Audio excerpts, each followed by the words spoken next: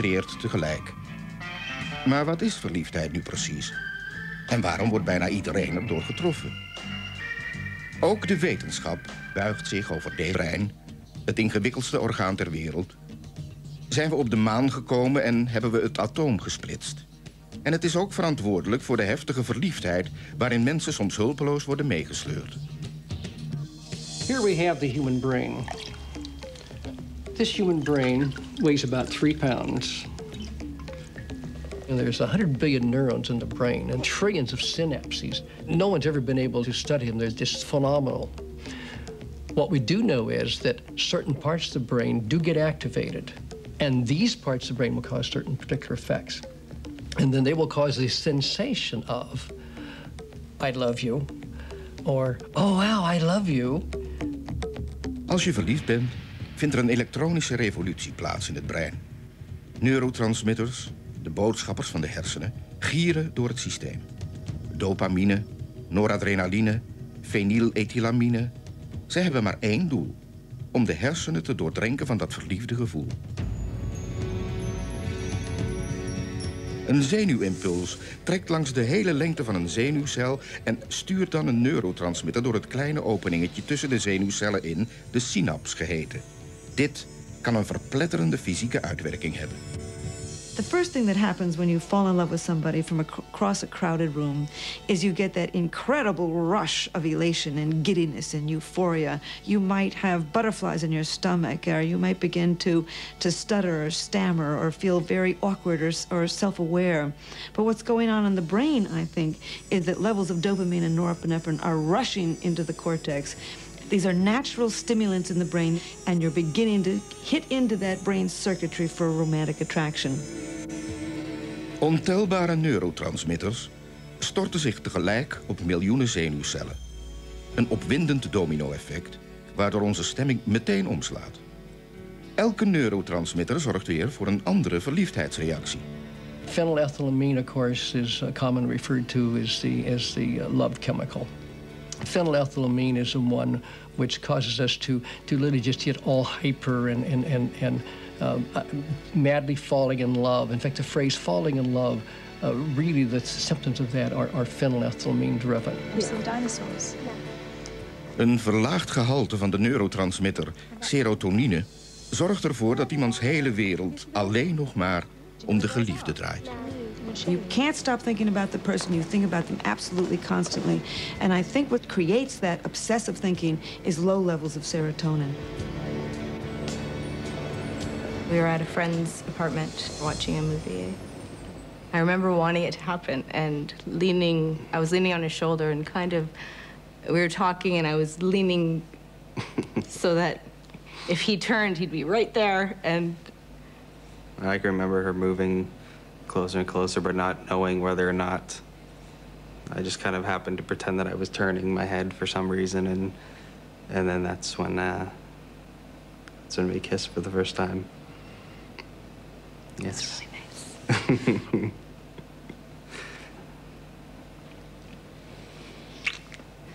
There is a list of things that happen to you when you fall in love, not only in America. When you take a look in cultures around the world, you see in poetry, in songs, in their myths, the same attributes.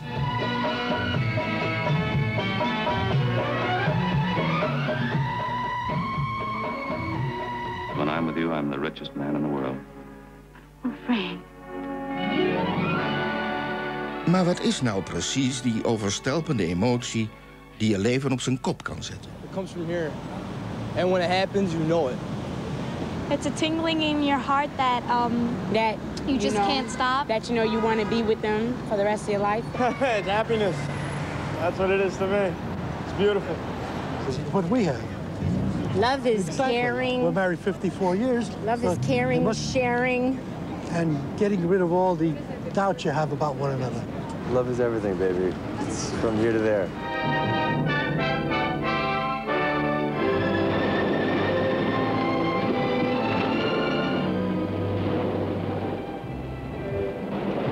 I never knew I could be like this. En waar komt het vandaan? I think we evolved the sex drive to get us out there looking for anything. I think that romantic love evolved to enable us to focus our attention on just one partner at a time, giving us enough energy and enough motivation to pursue that individual until we had together produced a child. Liefdesimpulsen beginnen in de hypothalamus, het oudste deel van de hersenen. Hier is geslachtsdrift de stuwende kracht. Neurotransmitters sturen hun boodschap van de hypothalamus naar de hersenschors. Daar wordt gedetailleerde informatie opgeslagen over ervaringen uit het verleden. Somewhere we think between ages 5 and 8 we begin to build a love map, an unconscious list of characteristics that we are looking for in a partner. Then when somebody comes and begins to flirt with you and they fit within that love map, boom, you can fall in love with them and the brain physiology will take over.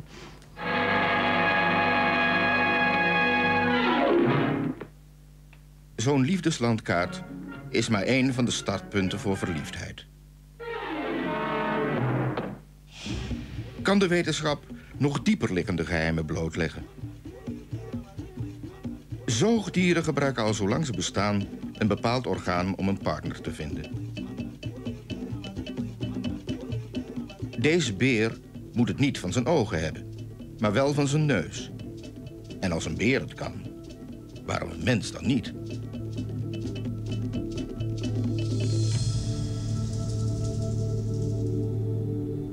De neus blijkt een vruchtbare onderzoeksbodem voor wetenschappers die het geheim van verliefdheid willen ontrafelen. Chemical information can be conveyed from one individual to another in a single sniff. That information is sufficient for an individual to say, oh, I think I'll move to another seat on the bus.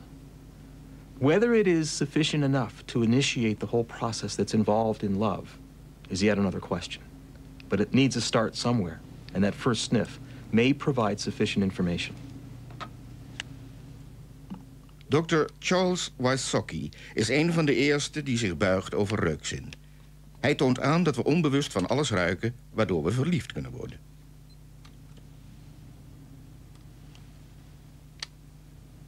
I love my work. If loving my work brings me to the point of finding chemicals that result in attraction and love in other individuals, well, that's just one way that I'm following my nose. We kunnen iemands geur herkennen, net zoals we iemand kunnen herkennen midden in een mensenmassa. Aside from identical twins, no two individuals share the same odor print or odor signature. A newborn baby has an odor print, a chemical signature, that is uniquely its own. Deze reukloze chemische kenmerken heten feromonen. Ze worden afgescheiden door de huid en blijven om ons heen hangen. Onbewust gebruiken we die geuren om de goede minnaar van de verkeerde te onderscheiden.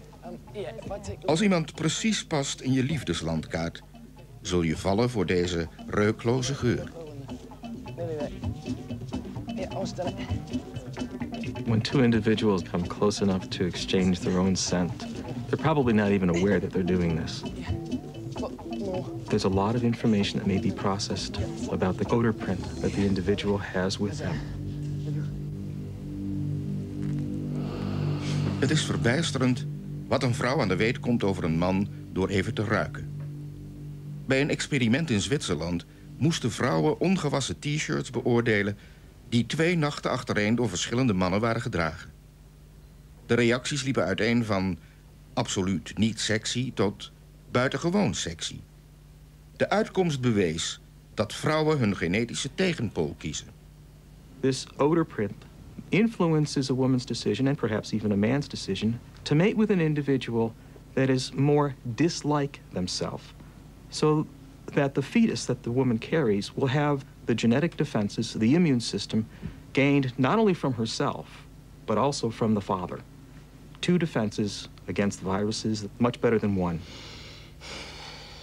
Misschien gaat de liefde bij de vrouw dus door de neus. Ever since Martin and I moved in together, I found it more and more difficult to leave for work in the morning because Martin's usually still asleep when I get up, and he has a really nice, warm Martin smell that makes it hard for me to get out of bed. And her head smells of babies. You know, that sweet smell that babies have. See? Smell it, babies. Geuren bereiken de hersenen via miljoenen receptorcellen. Maar de functie van 2 organen in de neusholte, de vomeronasale organen of VNO's, is de wetenschap nog een raadsel.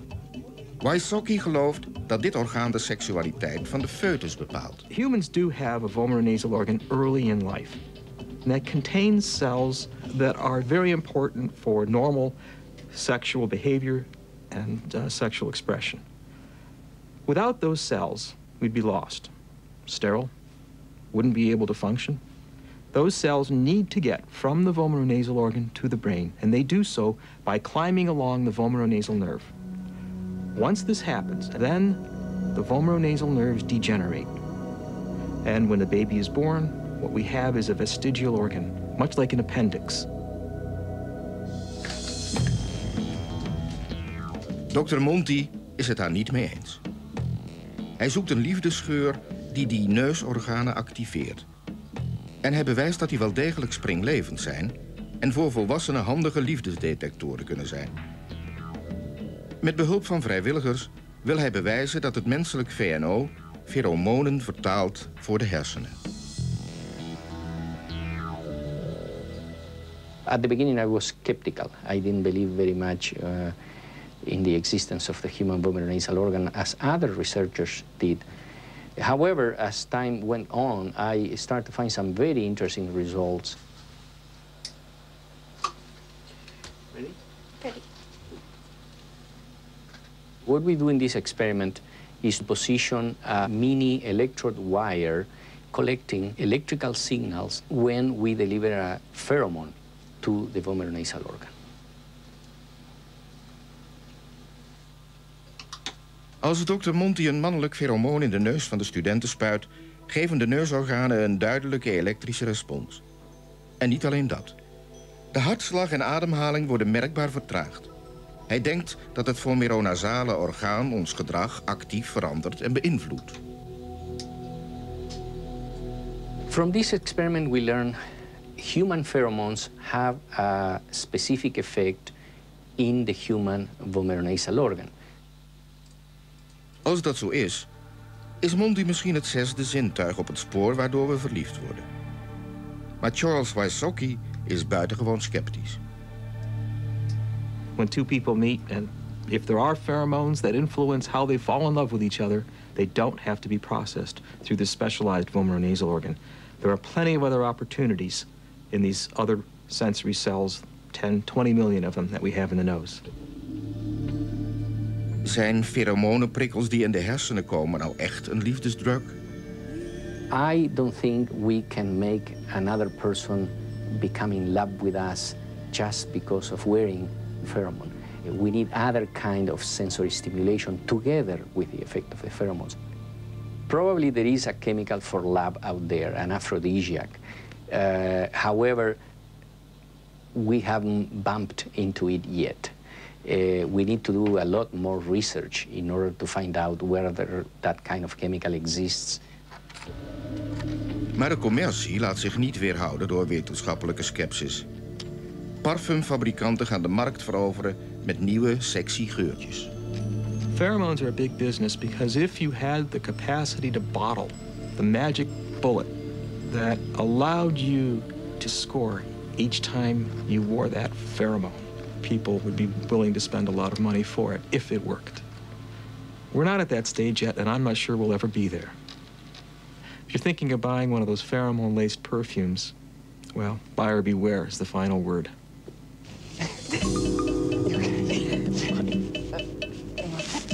When we have two individuals that are lovers, they're lovers for many reasons, not just chemical signatures, not just pheromonal communication. There's visual input, auditory input, touch, maybe even taste. All of this has to come together in a single package that represents the lover. And it's not just the sense of smell itself. Zelfs in het laboratorium blijft verliefdheid een ingewikkelde zaak.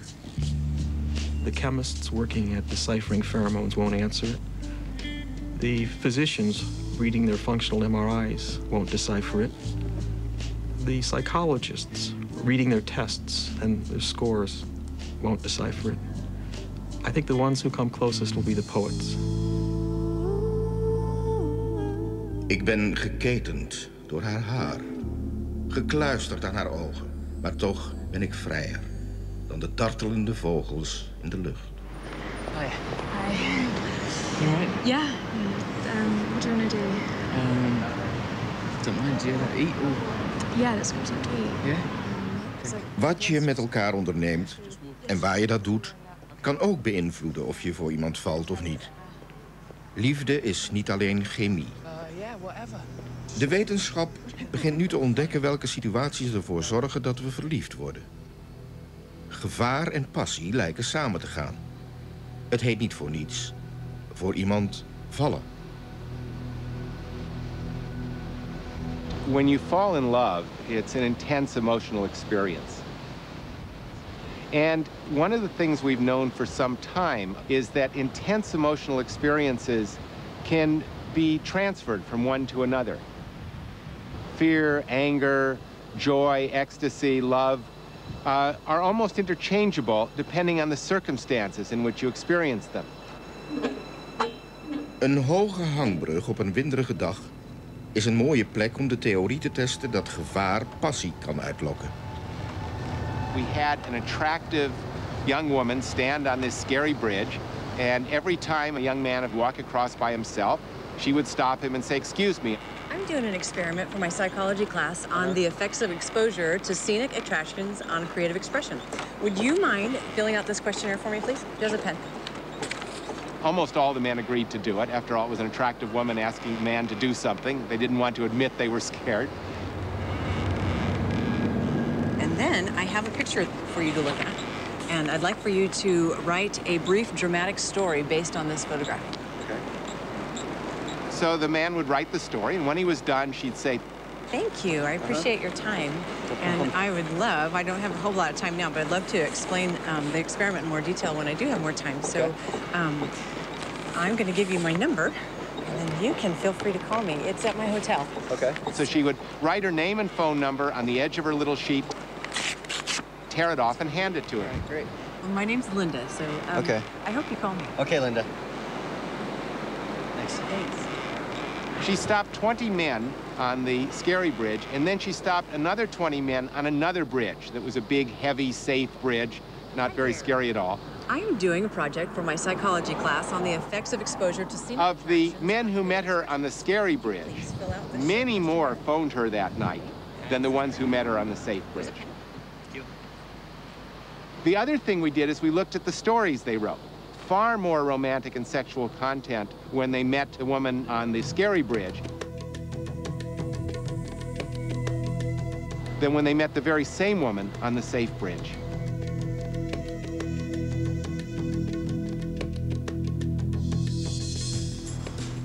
Volgens Aaron zoek je onbewust de prettigste verklaring als je hart in je keel bonkt. Als er een aantrekkelijke man of vrouw in de buurt is, denk je al snel dat je verliefd bent.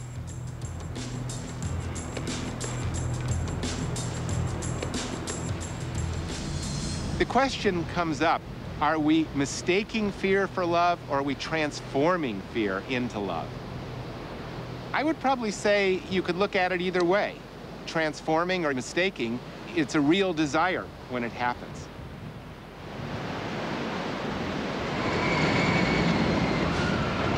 If you want someone to fall in love with you, bring them somewhere that's scary, that will stir them up.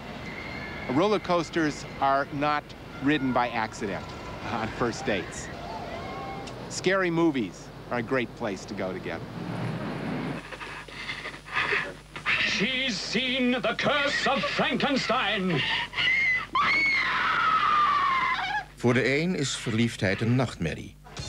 Voor de ander is het een kick waar je maar niet genoeg van kunt krijgen. When it happens, it is the most wonderful, wonderful thing. Your eyes meet and there's a certain chemistry. It's almost like you're talking to somebody without saying anything. And everything's like, yes, you know, you're desperate to go and talk to this person. You You can get addicted to falling in love. Psychiatrists call it romance junkies.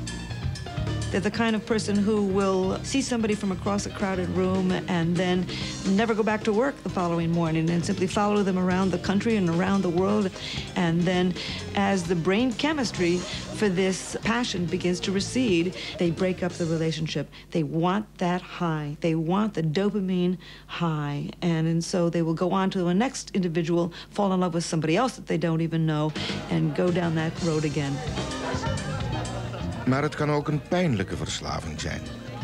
Falling in love has been a dream since I've been about 15.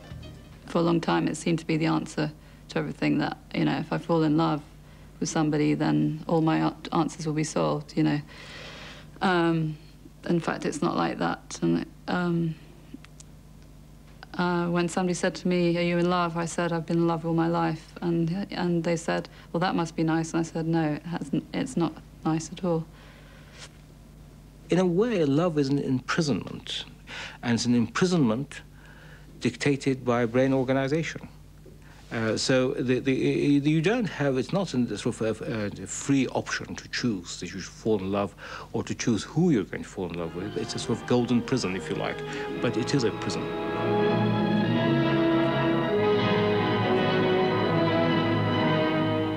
You knew how much I loved you. How much I still love you.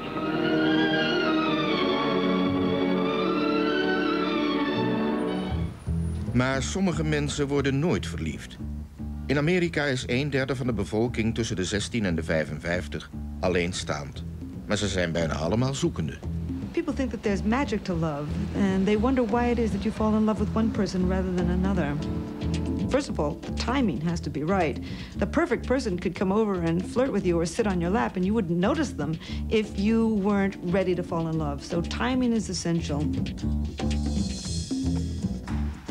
Maar in het moderne leven zijn tijd en liefde behoorlijk schaars. In Los Angeles komen elke week Joodse alleenstaande mensen bij elkaar voor een avondje turbo-daten. En wie weet om verliefd te worden. I know many of you have done this before. You are going on 7 dates for 8 minutes. Op een formulier kruis je aan met wie je nog wel eens wilt praten. Als de ander ook wil, heb je een match. If you're number 17, and don't exchange phone numbers. If you're a match, we promise we'll call you with the person's phone number. No exchanging phone numbers. Gewapend met een lijst vragen en een positieve instelling zijn ze er klaar voor. Wie zal de ware vinden? En hoe krijg je dat voor elkaar in 8 minuten? I think that you can fall in love with somebody in much less than 8 minutes of conversation, but 8 minutes will do. I think that we are an animal that was built for love at first sight. You can simply look at somebody and trigger that brain chemistry for romantic love. But that's really cool that you swim, because I don't know too many people that like swimming the way I do. So, you said you go and you exercise right before you go to work? See, now that's something I could never do. In de eerste seconde vergelijken we elk nieuw gezicht meteen met onze liefdeslandkaart. En besluiten we of deze persoon geschikt is. But to go and exercise, I couldn't. There's no way that I could ever do that. In our surveys, we found that about 30–40% of people who've recently fallen in love say that it occurred during their first meeting. Maybe my ego isn't as big as it could be. I don't know, but I try and be down to earth. Yeah. I like to think I'm down to earth. I don't know if I am or not. So congratulations. I think you're the only one in L.A. I mean, I've been looking for exactly the same thing. A minority of people have certain cues that when they meet a person that has those cues, they're very responsive to them. It's often a tone of voice or a way of walking or a shape of the face. They may come from memory of your parent, or they may come from culture, some film you've seen. It's a Wonderful Life, the Jimmy Stewart movie, the Christmas movie. Jazz dance. So I was a theme park cruise ship girl, that kind of stuff. No stripping, nothing exotic to talk about. So just kind of stuff. Do you enjoy sports at all? Yeah. We like people who are similar. We feel that we're more likely to get along with them. And then I play tennis, and I bike ride. I bike ride, yeah. Physical appearance plays a big role in virtually every culture. But the main thing about good looks, it turns out, is not being good looking. It's not being bad looking. So as long as you can raise yourself out of being very ugly, you do all right. In fact, if you're too good at looking, there's even stereotypes that are negative about that. So that was a fiasco. Yeah, the Northridge quake and cleaning up the fish and everything, I was like... The suggestion in good looks, in wittiness, in intelligence, in warmth, all of these things are, my life will be enriched. My life will be expanded by being with this person. You know, when they have the Japanese festivals, craft shows, we just do everything in LA because we've only been out here for a few years, so. Thank you very much. That was your last date. That was date number 7. Please take a moment. Na 56 minuten turbo-daten is de vraag, wie is er voor wie gevallen? Well, the question is actually, what is your mission in life? Mission in life? I don't know about fall in love with, but I did meet a few men that I would go out with. I moved down here, and no regrets. There were a couple of women that were really warm, and I felt there was a certain amount of kindness, and to me that's one of the most important aspects from a value standpoint, and plus they were extremely attractive. So you can be with your whole family here? I don't think it happened for me tonight. I don't think I made the big love connection, but definitely met a lot of nice people that, you know, I might run into again. We fell in love on the telephone. I was at home one Sunday and I wanted to speak to my girlfriend, and I dialed her number, but obviously I dialed a wrong number because I got Effie instead. She said, you're not my girlfriend. I said, wouldn't I do instead? I said, no, you wouldn't. But anyway, we chatted for a bit, and then I put the phone down, as you do. But I really liked his voice, and something made me call him back. And we spoke on the phone, on and off, for about 3 weeks, and then he asked me out. And I went with some reluctance, thinking this might all go horribly wrong. But the third time we went out together, he asked me to marry him, and I didn't take too long to say yes. And the end of the story is that we did get married, and we're having a baby in 6 weeks' time.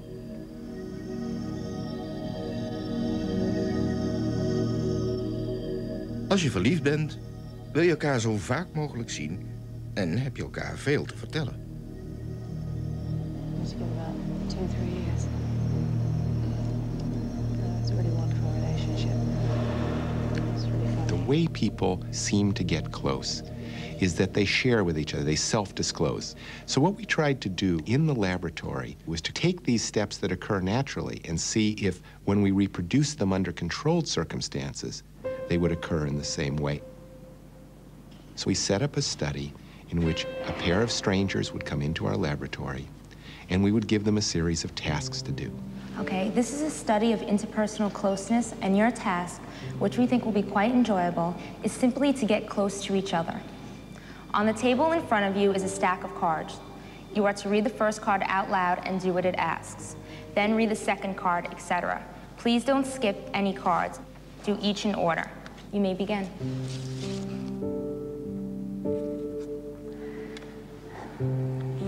Okay. Take 4 minutes and tell each other your life story in as much detail as possible. Okay. I'm from Atlanta, Georgia. My father used to work in the Air Force for the U.S. government, and my mother was a bank teller. I went to Tibet to study Buddhism, and from there I went to Colby College, which is in Maine. I'm majoring in business management. Okay. And work full-time and come here part-time. And your name is? Kelly. Kelly? My name is Kimpton. Okay. And what's important is that they gradually build up. Over a period of an hour and a half, they start with relatively mundane disclosures. Yeah, I usually sing in the shower, so. And they gradually build to very personal disclosures. When we called her the next morning, she didn't answer her phone. She lived by herself. And we had discovered that she had passed away. We've analyzed more than 1,000 accounts of people's falling in love experience. The single biggest scenario is coming to discover that the other person likes you. I like that you look me in the eye. Because a lot of times I find that people don't Don't do that right off the bat. And I think that shows a lot of confidence on your part, so I like that too. I like you're very different from me, so I like that. No, I like that. I think when you get two people that are just exactly alike, it kind of clashes a little bit, so.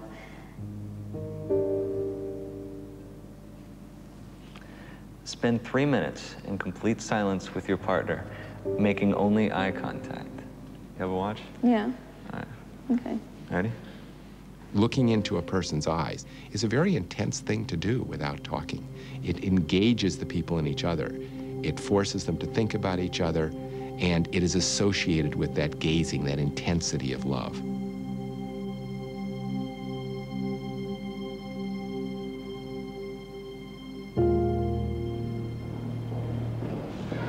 Could you come with me for a second? Yeah. It was nice meeting you. You too. What we found consistently is that when people do this series of things, they become close. Indeed, we find that over a period of an hour and a half, people report being as close to their partner as to the closest person in their life.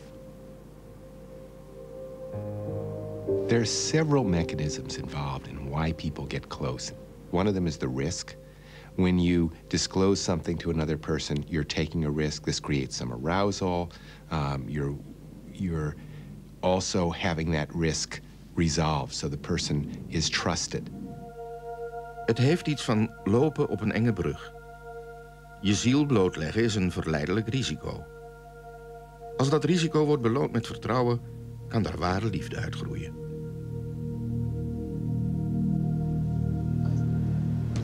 I think I can trust you.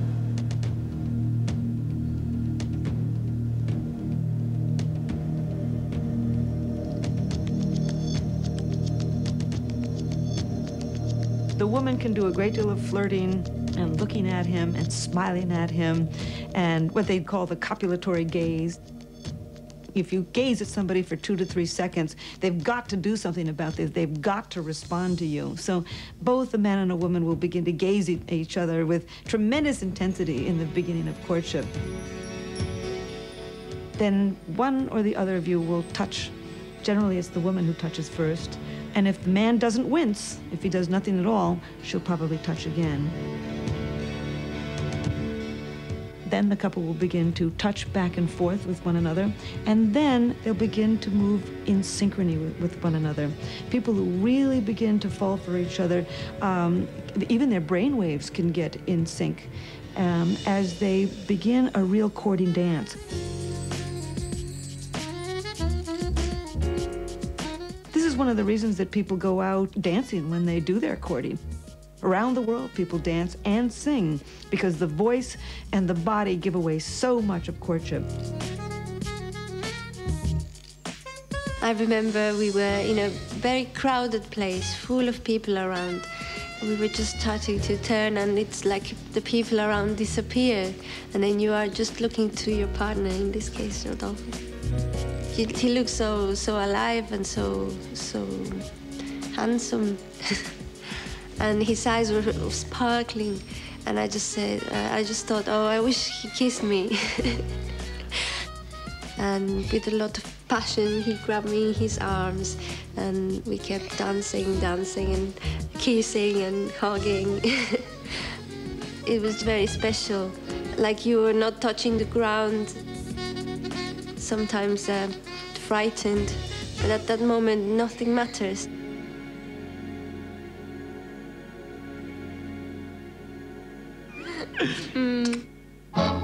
You're not giving yourself a chance.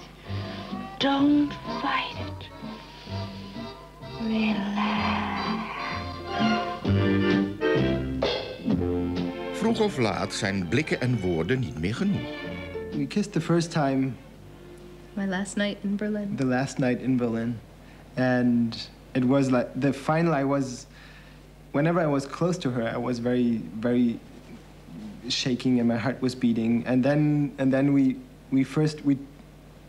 slept in a big bed together without knowing that anything would happen. But then we touched the first times, and it was very, very, I don't know, electric. And And then I touched her again, and then I gave her a kiss. I gave you a kiss, right? I think on the cheek. Yeah. And then it made me even fall in love with her more. You want to say you love me? I love you very much. That's right.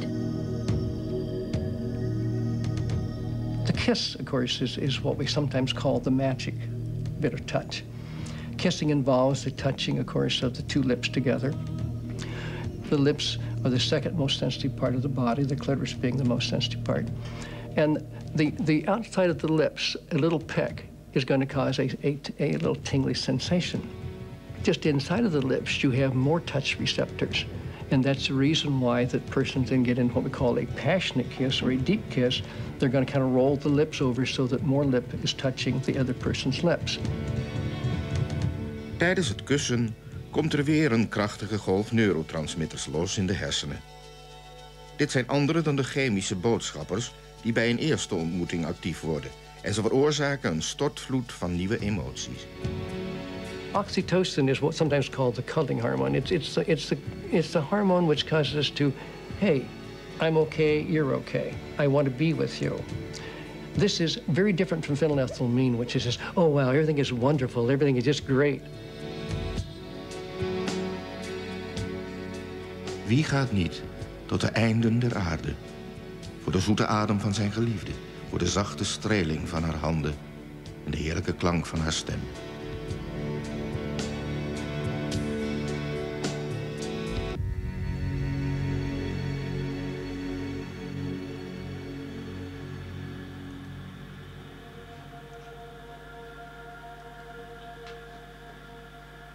Ook tijdens een vrijpartij blijken de hersenen de hoofdrol te spelen.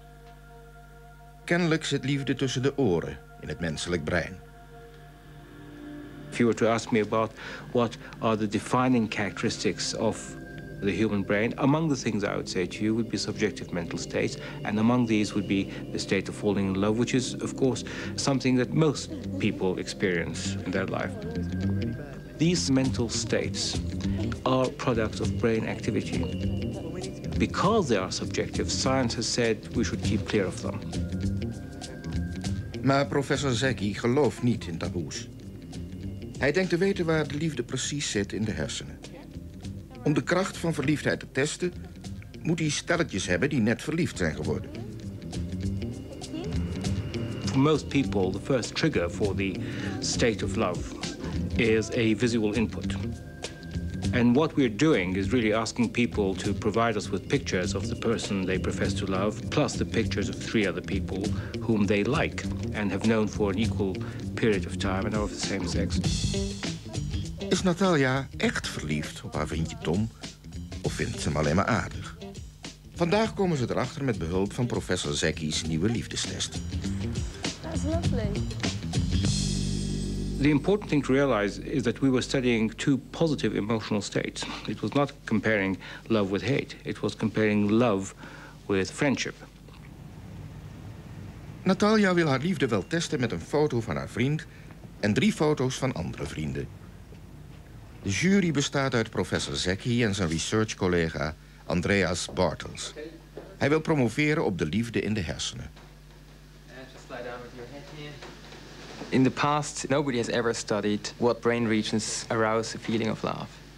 And we thought love has moved mankind throughout history. And nobody ever looked at it, at the neural basis of it. And we thought we should do that. En dat deden ze dus. Hun bevinding veroorzaakte flinke opschudding in de wetenschap. What we have found is something extremely exciting. This overwhelming state of love, which mobilizes your whole life, is actually controlled by 4 small areas in the brain. Okay, Natalia, are you fine in there? Yeah, fine, thank you. Excellent, okay. You just look at these pictures, lay back and relax.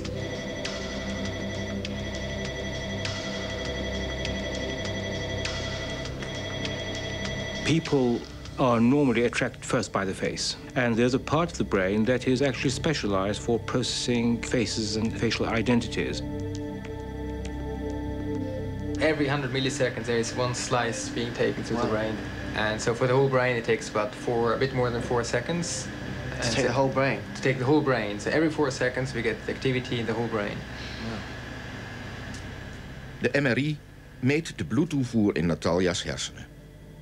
When you activate a part of your brain, such as the region that makes you fall in love, the neurons, the cells in there fire, they consume energy, they need oxygen, and any region that has a heightened activity in the brain will attract more blood. And that is exactly what we can measure in our magnetic scanner.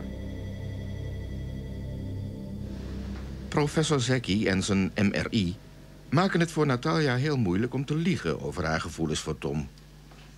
The results that we got are perhaps the best indicator now of whether people are in love or not, because the activation in the brain is so specific and so precise and so small and so unique that if you had the opportunity of capturing the brain of a person who looks at someone they love and denies it, you could then prove them to be wrong. Okay, here's your brain. Oh, your brain.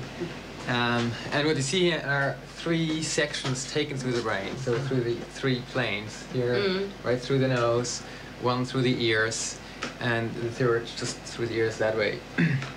We can scroll through it. You see the ear here, and then I go through the center of the brain.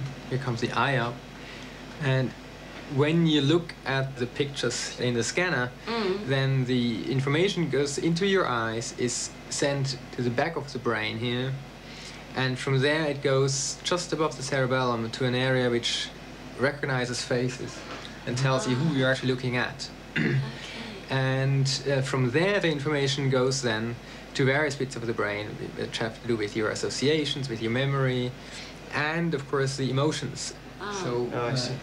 Okay, this was your brain, but what we can do now is to bring up all the results. Door de hersenactiviteit van 18 dolverliefde mensen als Natalja te vergelijken, hebben Zeki en Bartels 4 cruciale liefdesplekjes in kaart gebracht. Here is a spot in the anterior cingulate gyrus, and it's just a small bit of it that actually lights up. And the regions just above are responsible for making you feel empathy, to feel how other people feel.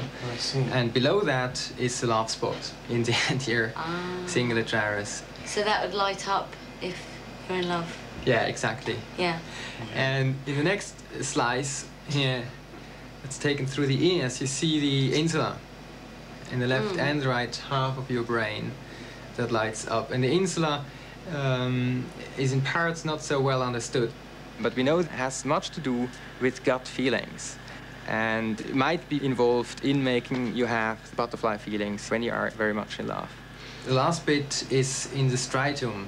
That's right in the middle of the brain here. Again, in the left and the right part.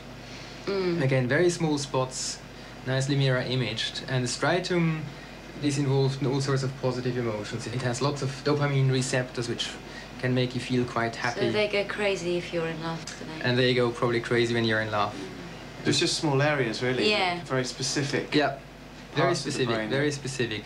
We were expecting to have a much larger area of activation, given that when you're in a state of love, you've got these butterflies in the stomach, you've got a fast heart rate. When you see somebody you love, you spend your time saying, what shall I dress, where shall I take her to eat, and so on and so forth. So you're thinking about all these things, and this engages vast parts of the brain. Yet all of these seem to be controlled by very, very small parts of the brain. Tom hoeft zich dus geen zorgen te maken. There, you see. I knew you loved me. Natalja's hersenen lopen over van liefde voor hem. I think in a nutshell, we have found out where love lives in the brain. Now just think of what that means for a moment. It means, first of all, for the first time in human history, a force which has shaped human history, in the service of which people have written great poetry, great music, have built castles, have gone to war. Just think of the face of Helen of Troy, is actually controlled by these 4 small areas. Als de wetenschap de liefdesplek kan aanwijzen, hoeven we nooit meer te twijfelen aan het woord van een minnaar. De hersenscan is het bewijs. I suppose I could start peering into the crystal ball and think that perhaps in the long distant future you can scan yourself and say, today I'm 9 out of 10 points in love, and next day you say I'm 5 out of 10 points in love, and then if you're down to 1 out of 10 points, say, well, it's time I change partners. I mean, these things are all possible. In the future, I don't see why not. Dit stel heeft geen scan nodig om zeker te zijn van hun gevoelens. Ze zijn het levende bewijs van die cocktail van stoffen, geuren en hersenactiviteit die wij verliefdheid noemen. Kunnen wetenschappers ook nog verliefd worden? I believe in instant love, or love at first sight. I'm falling in love all the time, and I'm in love right now as well. I can still enjoy my emotions, even though I know which parts in the brain are responsible for them. En kan de wetenschap helpen met ons liefdesleven? It's too bad everyone doesn't have the advantage that those of us have who study in this area, because it does make us better lovers. It makes us more understanding. Getting cold. You're right.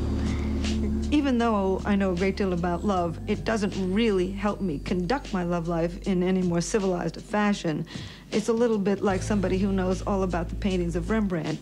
You know how he mixed his paint and how he applied his color and how he did his designs. But that doesn't make you able to paint the way Rembrandt did.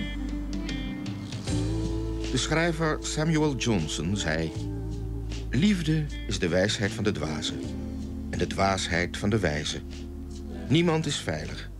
Van dichters tot wetenschappers. Iedereen valt wel eens voor die magische betovering. Maar vallen is pas het begin. Houdt de liefde wel stand?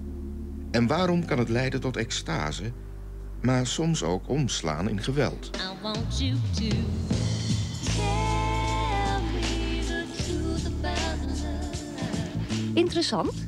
Kijk dan eens op www.teleac.nl.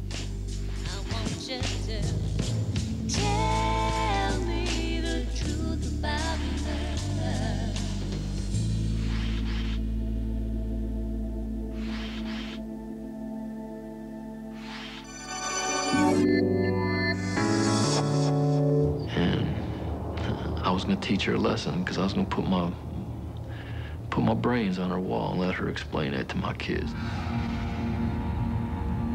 Vanwege een contactverbod heeft Jim niks te zoeken bij het huis van Lisa. Hij hoort dat zij de politie belt. My ex-husband is here. Is he in the house? He's outside. What's his name? Jim Teleac. Next thing I know, it's like a dream. It just blew up.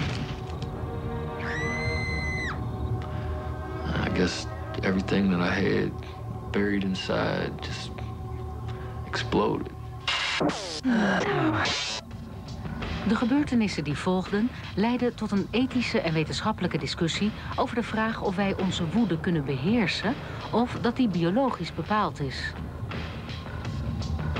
Hey, Camden! What? Is he breaking in? He's got it again! Ten einde raad rent Lisa naar het huis van de buren en verstopt zich in een gangkast. He opened up the door and he saw his ex-wife was trying to hide herself here. And she struggled for the gun, and I remember it going off. He grabbed her from here and he pulled her back out of this bathroom, dragged her into this bedroom. Just dropped to her knees. I pushed her down.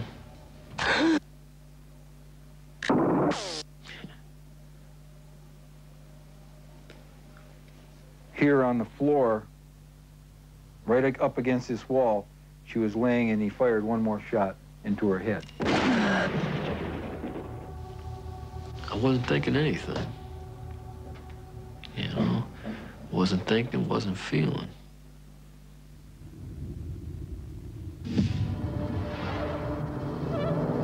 Hoe kan iemand zo boos worden dat hij in staat is tot doodslag? De advocaten van Jim Teleac beweren dat hij als gevolg van een hersendefect zijn woede niet kan beheersen. Hoewel dat wetenschappelijk kan worden bewezen, is het een zeer omstreden kwestie. Het zou betekenen dat wij door onze oerdriften worden beheerst. Als gevolg van doorbraken in de neurowetenschap en de genetica moeten wij onze inzichten bijstellen over onze gevaarlijkste emotie, woede.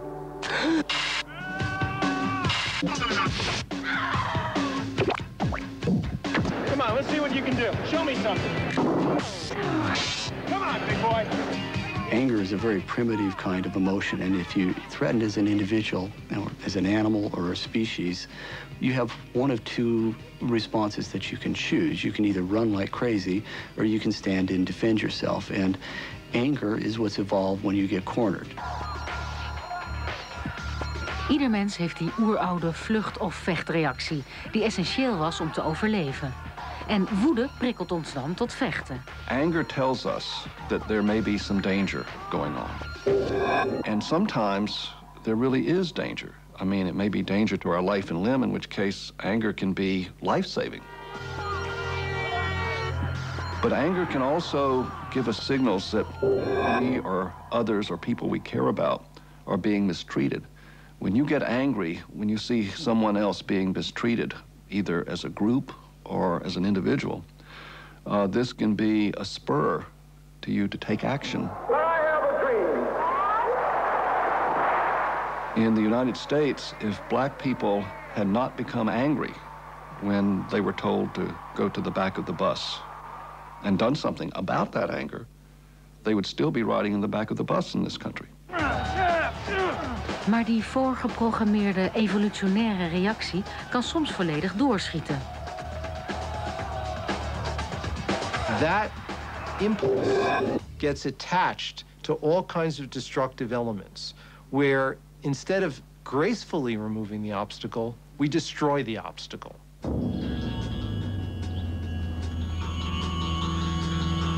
I can understand how other men can say that their makeup is sort of pre-programmed to be angry or to explode, because I used to feel that way. And at times I used to think that maybe I'm crazy, and maybe there's something wrong with me because I turn ugly.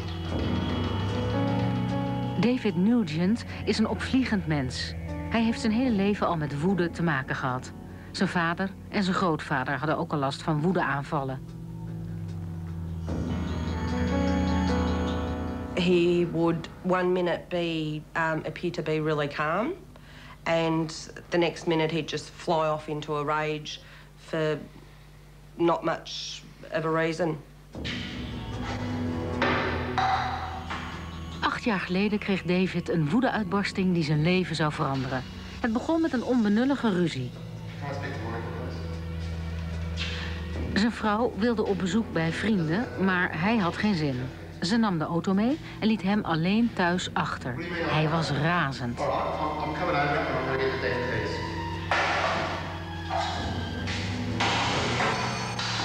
And I started to brew at home and started to think of ways that I could take control. How could I get even? How can I fix this? And how can I hurt back? So without thinking logically, I just jumped in the car and I drove. And as I drove, I still got angrier and angrier until I pulled up, and I pulled up outside the house. And then it was like a point of no return. He's come up the driveway and he said, I want the keys to the car. And I said, David, you're really being silly. And he just got angrier and angrier, and he said, if you don't give me the keys, I'm going to smash the car up. And I thought, surely not. And with my anger, I just flung the door open and grabbed it. And as I grabbed it, I'm getting more and more angrier, and my heart's really beating. And I can feel I'm losing it. And if anyone got in my way, if anything, I'm going to take it. It's like I can walk through a brick wall. My muscles feel like they're pumped up all of a sudden.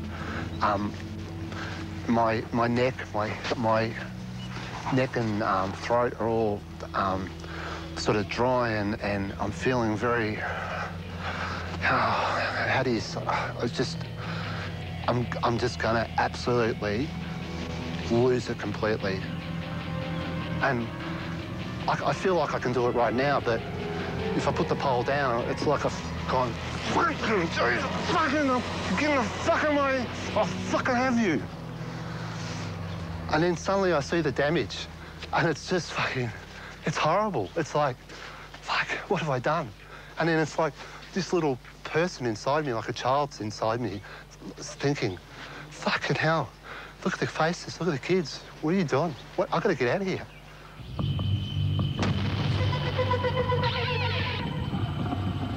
Als we een kijkje nemen in de hersenen van David, zien we de werking van het primitieve instinct waaruit zijn woede voortkomt. Het rationele denken van David wordt onderdrukt door de amygdala, een gebiedje in de hersenen dat onze oerdriften aanstuurt. De amygdala slaat alarm. Onmiddellijk worden er stimulerende neurotransmitters en hormonen, zoals dopamine en adrenaline, naar alle delen van ons lichaam gestuurd. My muscles feel like I'm pumped. I feel like I can walk through a brick wall. Door de adrenaline begint het hart van David sneller en krachtiger te kloppen. De hoeveelheid bloed die wordt rondgepompt stijgt van 4 naar 20 liter per minuut. Het bloed wordt van de huid en de organen naar de spieren gestuurd. Fucking sick of it. Het is een oerprimitieve, bliksemsnelle reactie op een levensbedreigende situatie.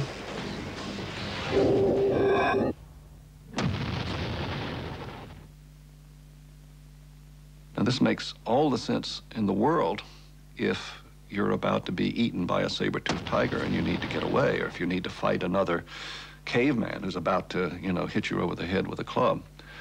But if all you're doing is sitting in the express lane that's not moving so fast in the checkout line at the supermarket or in a traffic jam, or you're in the kitchen, you know, talking with your wife, this response doesn't serve very useful purpose in the modern world.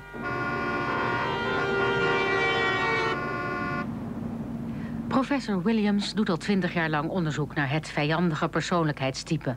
En ontdekte toen dat hij zelf ook zo was. Not being confident is something that really gets my anger stoking. Now, I know that it really doesn't matter. It's not all that important. But being the kind of person I am and having the kind of personality I have, when I do encounter people screwing up one way or another, it does get my goat.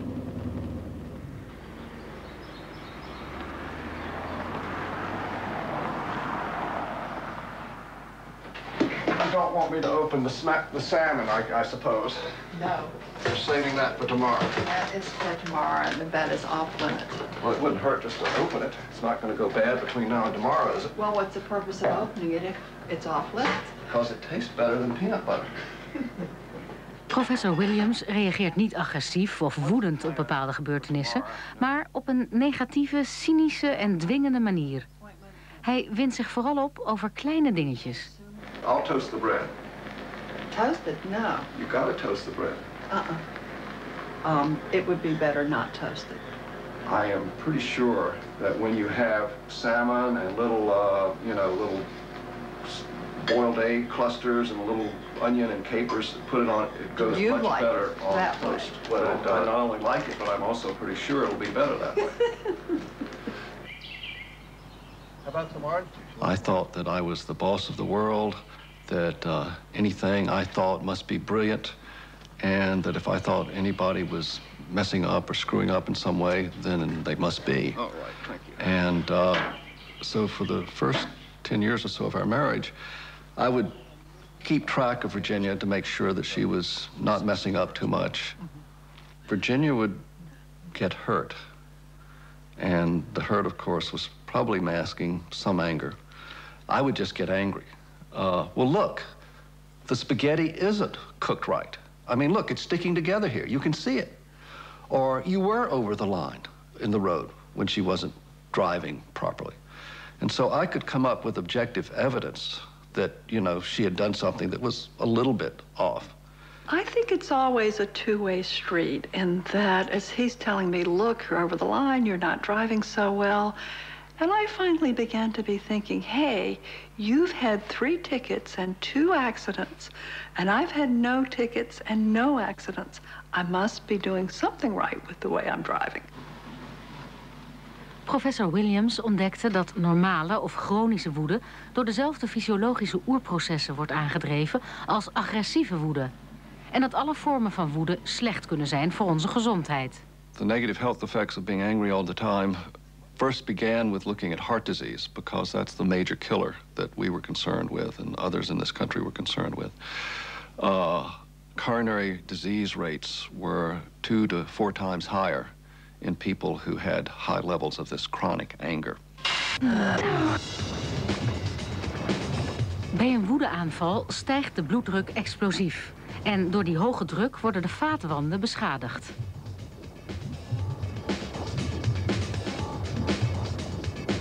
Ons immuunsysteem repareert de schade steeds weer met een laagje plak. Dat herhaalt zich bij elke woedeaanval, zodat de vaten uiteindelijk dichtslibben. Totdat, jaren later, de bloedstroom bij een zoveelste woedeuitbarsting geblokkeerd wordt door een verstopte slagader. Het resultaat is een hartinfarct.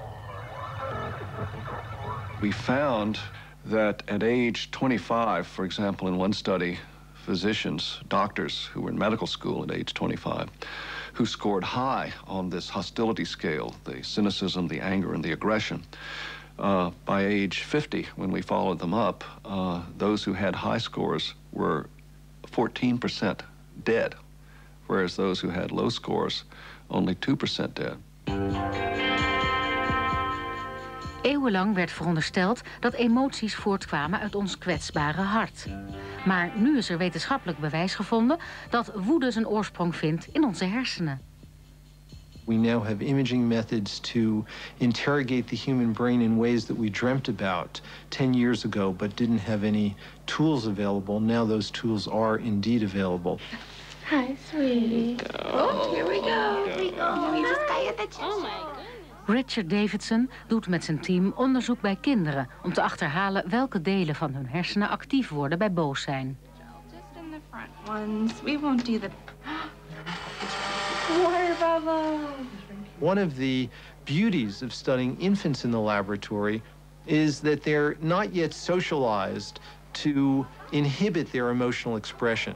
And so you can use their expression as a very good guide to underlying emotional states. Okay, I'm going to start recording now.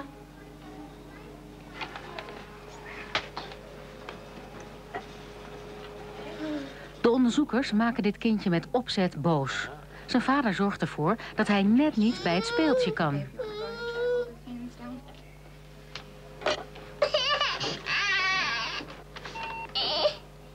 Terwijl het kindje steeds gefrustreerder raakt, wordt zijn hersenactiviteit gemeten met behulp van geavanceerde EEG-apparatuur. Zoals verwacht werd, vertoont... It's clear that various territories of the prefrontal cortex are crucial for the regulation of anger as well as other negative emotions. Maar wat gebeurt er als de prefrontale cortex niet functioneert? Al 150 jaar geleden kregen wetenschappers daarover de eerste aanwijzingen. Tijdens de aanleg van een spoorlijn kreeg spoorwegarbeider Phineas Gage in 1848 bij een explosie een ijzeren staaf door zijn schedel. Vreemd genoeg overleed hij niet, omdat de staaf alleen de prefrontale cortex beschadigde.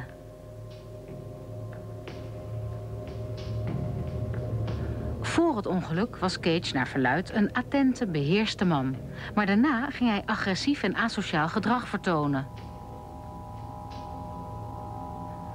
Volgens de neurowetenschappers toont de plotselinge karakterverandering van Gage aan wat de voornaamste functie van de prefrontale cortex is.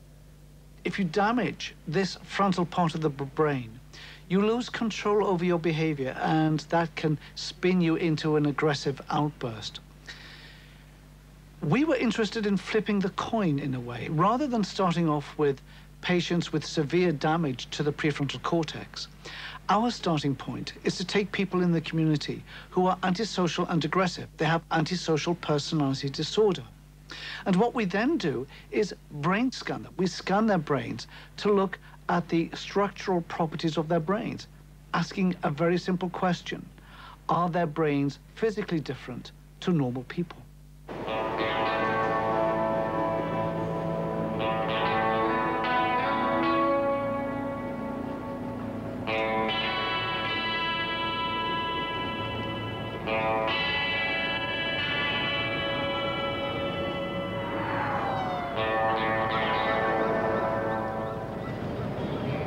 Hi, are you free? I'm going to USA. Yes, sir. Great, thank you. De Britse psycholoog Adrian Rain doet onderzoek naar de fysiologische oorsprong van agressie. One of the main reasons I left England to come to Los Angeles is because we have an enormous urban environment here which is almost well known for its violence and its outbreaks of anger, violence and crime. There's an openness also in Los Angeles, an expression for angry feelings which comes out here. So in order to study the brains of a group of murderers, this is an ideal location. Rain werft zijn proefpersonen bij uitzendbureaus in het centrum van de stad. Hij is op zoek naar succesvolle sociopaten. Oftewel, criminelen die nog niet tegen de lamp zijn gelopen. And we are protected by a certificate of confidentiality from revealing their data to any law enforcement agencies.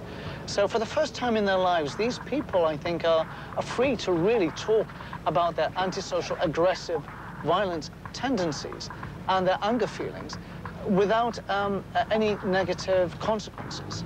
They admit to homicide, they admit to attempted homicide, bank robberies, rape, all types of criminal, violent, psychopathic offending.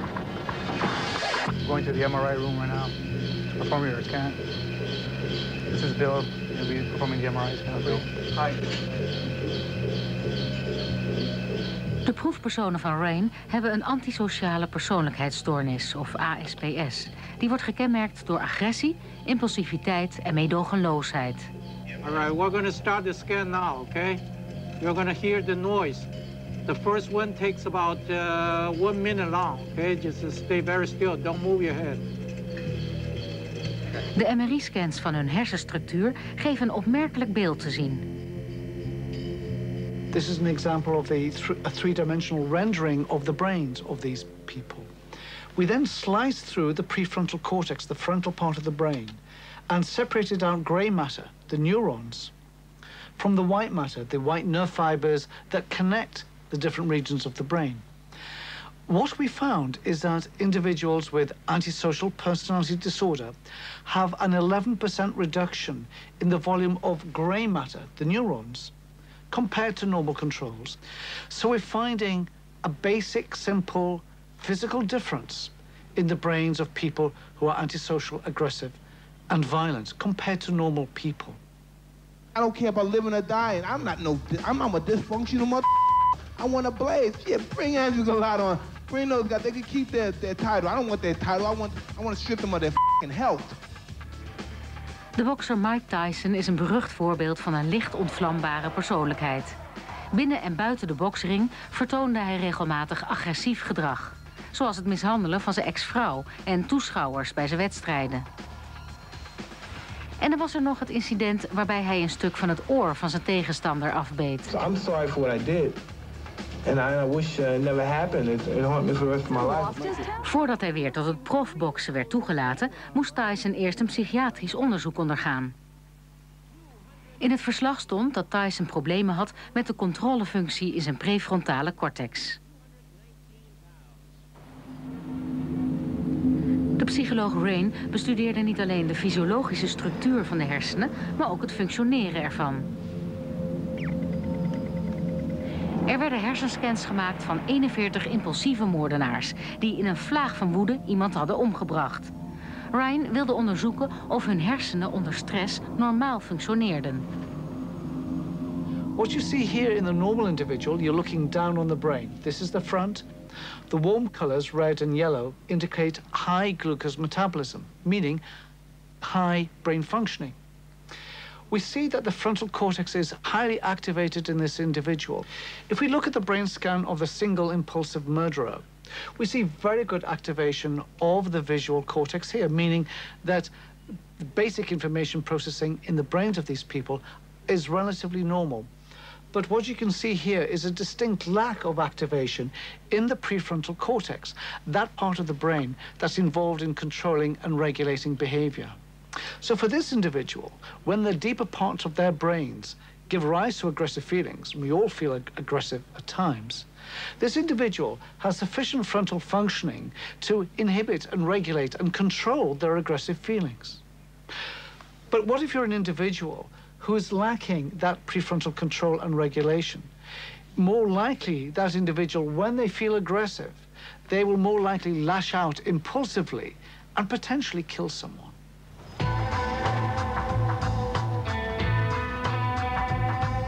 De conclusies van Rain zijn vergaand en uiterst omstreden.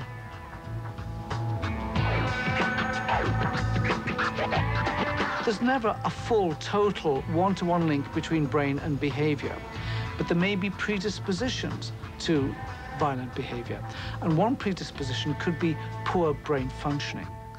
So in courts of law, judges and juries have to ask the question, if you have a murderer with impaired brain structure and function, and if we know from other scientific research that violent offenders as a group have poorer functioning in the prefrontal cortex, then the question becomes, do you execute a person because they've committed homicide, even though they may have significant brain impairments which impaired their decision-making, impaired their freedom of will, impaired their control over behavior?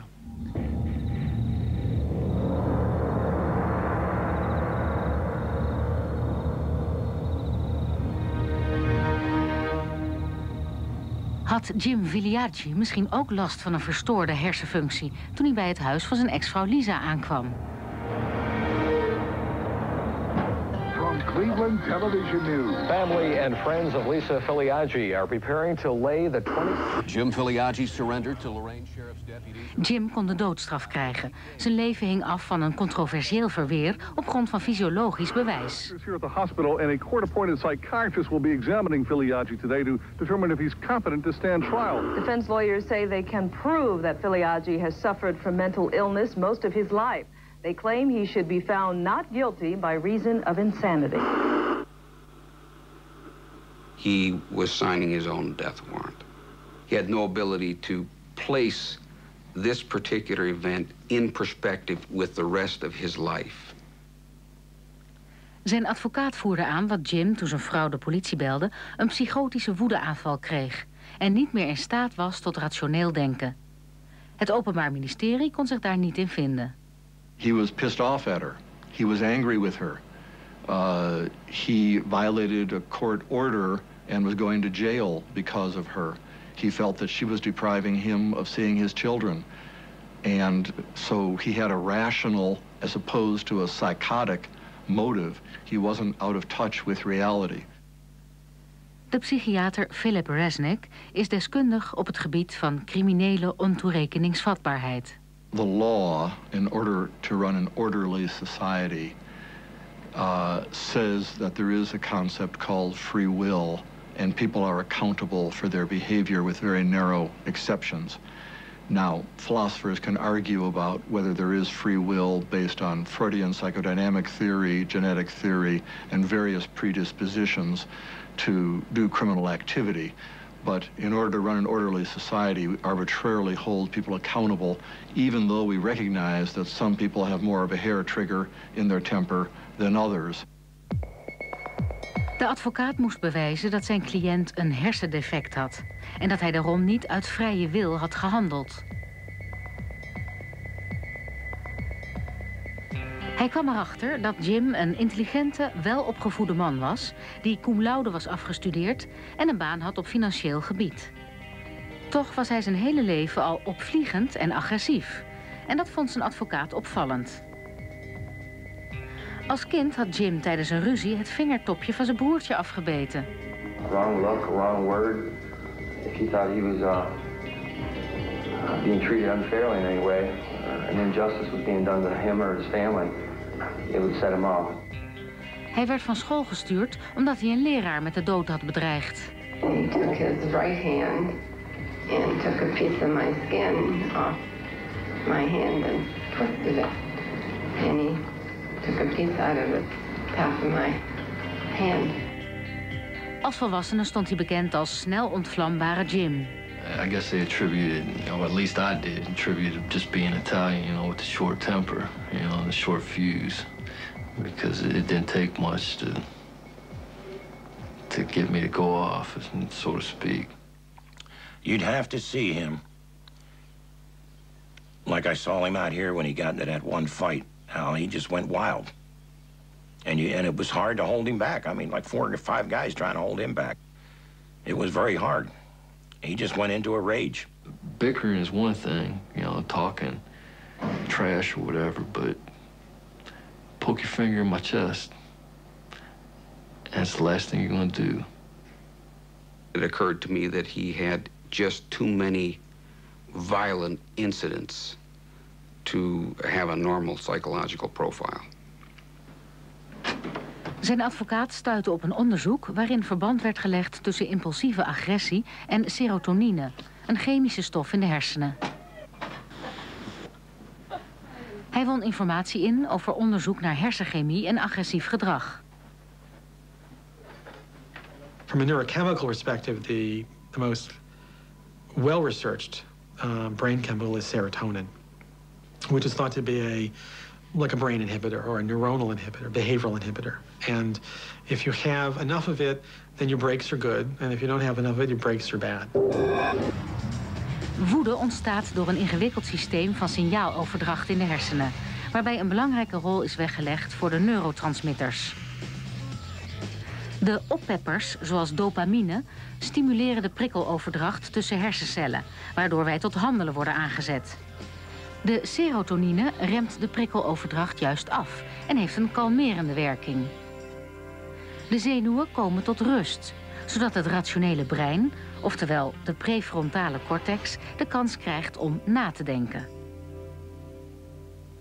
So if you're provoked and you've got enough serotonin, you're not going to go too far down the path of getting angry or being aggressive because you've got a braking mechanism. But if your braking mechanism doesn't work well and you're provoked, you're more likely to quickly go to the next level and start to scream and shout or throw things or even to hit somebody. Had Jim een tekort aan serotonine? Om dat na te gaan werd er hersenvocht bij hem afgenomen.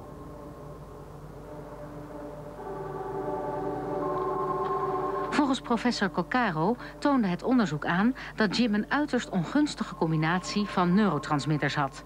Hij had te veel dopamine, maar juist een ernstig tekort aan serotonine. And that was certainly suggestive of a reduction in his central serotonin function.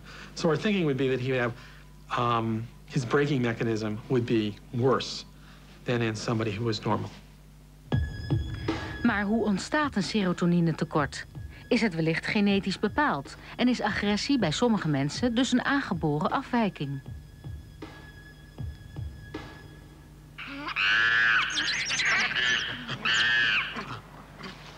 Dee Higley doet onderzoek bij apen om na te gaan of agressief gedrag genetisch bepaald is. Well, of course, monkeys are not furry little men with tails. They certainly have a number of differences. We're not going to get monkeys to drive Ferraris or do those sorts of things, but monkeys do have a lot of similarities to humans.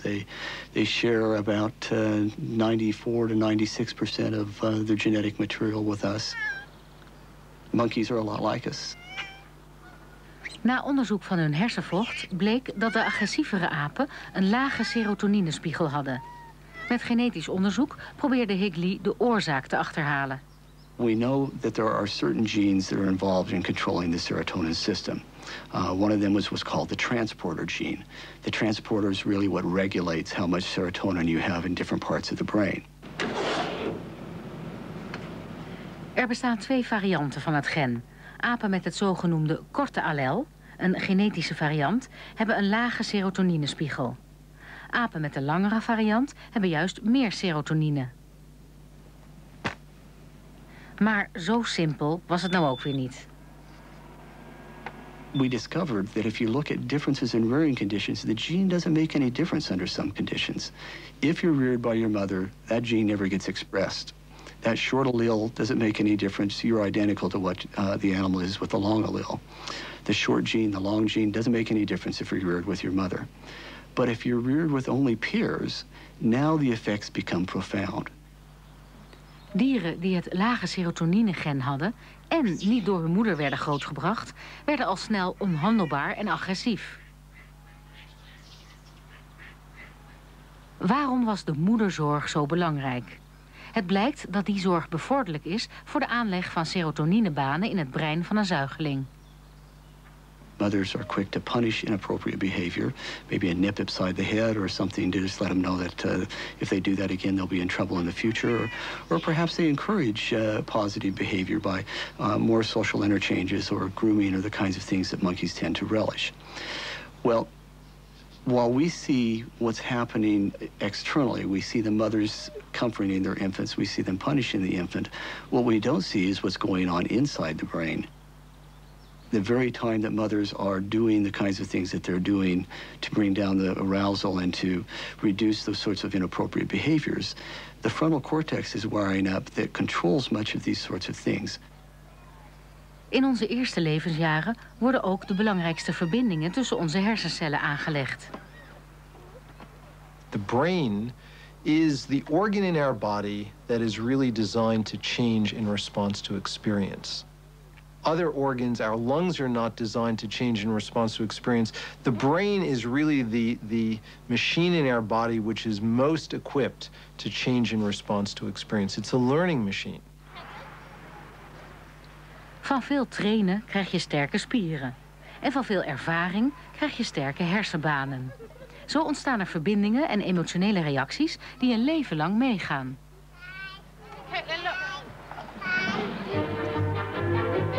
Those children have grown up and up and up. And all the while they've been the subject of intense and dedicated study. In Nieuw-Zeeland werden 1000 baby's vanaf hun geboorte 30 jaar lang gevolgd. Dit opzienbarende onderzoek wees uit dat er een duidelijk verband is tussen ervaringen in de eerste levensjaren en agressief gedrag op langere termijn. Ongeveer een derde van de onderzochte kinderen was mishandeld of verwaarloosd, wat representatief is voor de rest van de wereld. Toch waren een slechte opvoeding, verwaarlozing en mishandeling niet de enige oorzaken van agressief gedrag. Hi, Ed. Hey, Rich. How you doing? Good. How are we looking in terms of allele frequencies here? Well, we're getting differences, all right. You can see for this gene here, we've got these short variants. Richie Polton en zijn team bestudeerden het MAOA-gen, dat het serotonine-niveau regelt. In combinatie met verwaarlozing leidde dat plotseling tot schokkende uitkomsten. If you were severely maltreated and you had low levels of MAOA, 85% of that group went on to become antisocial or violent in some way. The combination, the interplay between biology and people's environments are what determines whether a person will behave violently or aggressively down the track, not one or the other. This is an incredible house. Huge entranceway. De gevolgen van verwaarlozing kunnen nog generaties lang doorwerken. And that's the stairway that goes upstairs to where the borders are. That's incredible. And on the right is the huge dining room where the borders. David probeert zijn verleden met zijn opvliegende vader te verwerken. En de angst dat hij zelf ook zo zal worden. And down here, there was a time when Mum had to get away from it all. And you can see here the glass, how it's all different from up there. And it just, unbelievably just exploded that particular day. All this door got smashed. And he just went ballistic. He tore all her clothes up, upside the room. And I don't know why, but... What do you mean he tore her clothes? He grabbed all her clothes and ripped them and hung them up all over bits of furniture. And it was just... I'll never forget, I walked in here and I was like... It was like a madman had just gone through the house. Most people would look at this place and go, oh, wow, you must have had a great life or you've come from a wealthy background. But the truth of all of this is that it was false. Inside, behind the walls, where it was kept quiet, and we pretended that we were a happy family, It was terrible. It was horrible. And I look at it now and often reflect back when I used to think it was like a prison. I've grown reenacting some of my father's behaviour without realising. And when I've got angry in my relationships, I've almost done exactly what my father's done. And I can feel my father in me.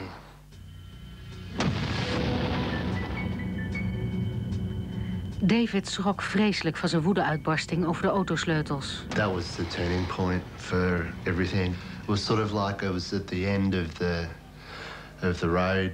I either move on. I thought of ending my life. I thought all the negative thoughts of running away. The biggest drive for me was when Mom used to say, "You're like your father."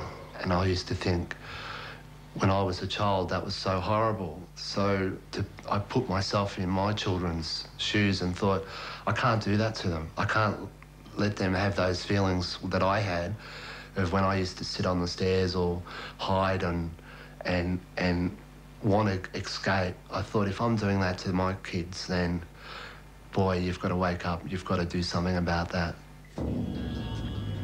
Kunnen we een gewelddadige opvoeding en een opvliegend karakter te boven komen en de vicieuze cirkel doorbreken?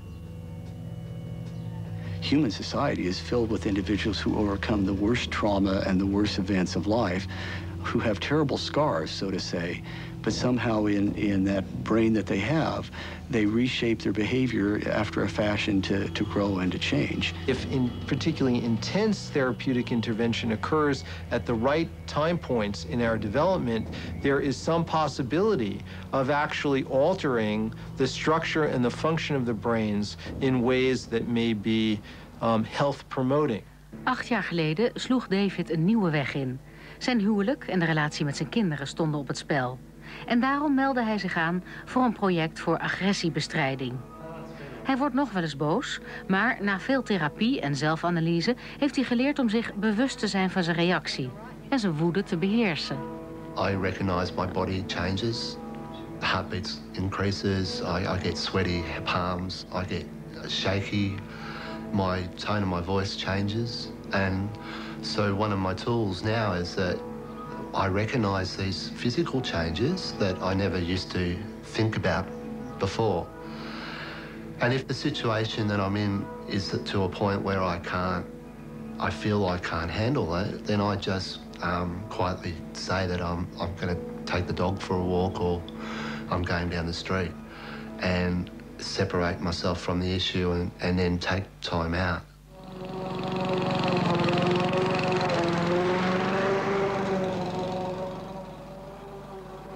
David traint zichzelf nu om een pauze in te lassen voor hij reageert. Zijn rationele brein kan dan de primitieve impuls onderdrukken die zijn agressie opwekt. Maar de meeste mensen worden niet agressief als ze boos zijn. Ze varen alleen uit tegen mensen of worden chagrijnig. I think it's important to get across to the people out there in the real world that if you have this kind of personality, it doesn't mean you're a bad person. I'm not a psychopath. I am not mentally ill. I do have this little personality quirk that can be problematic at times, but it doesn't mean you're a bad person. It'd be interesting if we get 6 desserts, won't it? Mm-hmm. Professor Williams ontwikkelt nu methodes om te voorkomen dat woede een negatieve invloed heeft op onze gezondheid en onze relaties. The shrimp dip, the salmon stuff, we got that fixed. I didn't overnight, turn into a sweetie pie, and I'm still not a sweetie pie. I've had to learn to be less cynical, less judgmental, and less aggressive. And it's kind of nice that we've been in the process of doing this in our own relationship. We've been using our own relationship as well as what we know from, our education and our science to develop these techniques that we can teach other people to use. Let's look at the flight. What do we do when we're running away from it? What are we feeling that we've got to... What are some of these feelings inside that we can't deal with? Sort of comes back to the fear as well. So it's all too hard? Voor David is de cirkel nu rond. Hij begeleidt mannen bij een training om hun gedrag te veranderen, met speciale aandacht voor huiselijk geweld. De cursisten luisteren naar hem omdat hij uit ervaring spreekt. We don't run away because we've spoken about the strategy of timeout is that it's a planned approach that we're going to take because we're feeling the build-up happening. These change programs that are out there are actually working. But like a lot of men, we want everything fixed tomorrow. We want to just press a button or take a tablet and it's all over with. And the thing to remember is that we've been doing this behaviour ever since we were born. It's been instilled with us since we were very small. And depending on what stage of life you're at, you could be 40, you could be 50, it doesn't matter. You've got to reprogram 40 or 50 years of behaviour. From Cleveland Television News, this is the 10 o'clock news. State of Ohio versus James J. Filagi. Count number 1, aggravated murder of Lisa Filagi, guilty. After 7 days of trial, the verdict is handed down in the murder trial of James Filagi. Good evening. The waiting is tonight finally over in the most controversial trial in Lorain County history. And now an Elyria man could face the electric chair. Jim Filagi is een man die zijn woede niet kon beheersen. Maar was hij daar zelf verantwoordelijk voor? Volgens justitie wel. Of het nou aan zijn prefrontale cortex, zijn serotoninespiegel, zijn genetische aanleg of zijn omgeving lag. Volgens de rechter heeft hij de moord willens en wetens gepleegd. Daarom werd Jim schuldig bevonden. Hij zit nu in de dodencel. You know, and if I had any control over it or any way to change it, I would, in a heartbeat.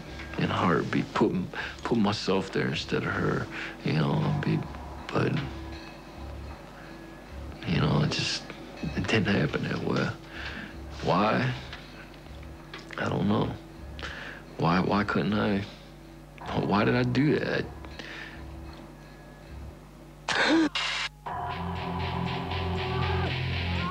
Zullen we ooit helemaal begrijpen waarom mensen zich op een bepaalde manier gedragen?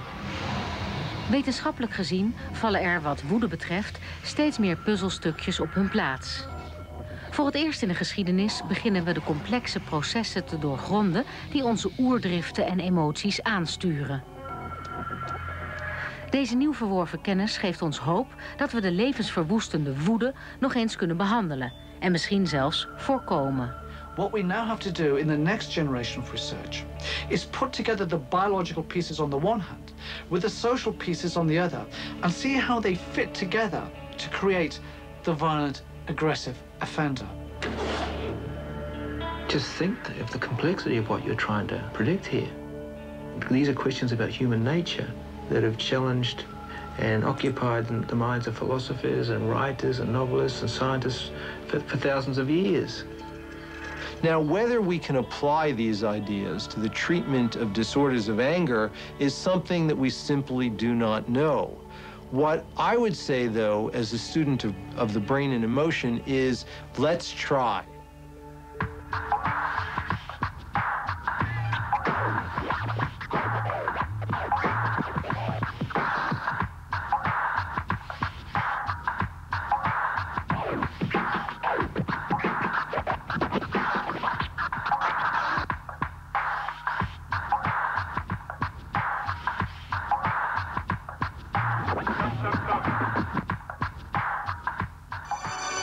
Zometeen na de ster.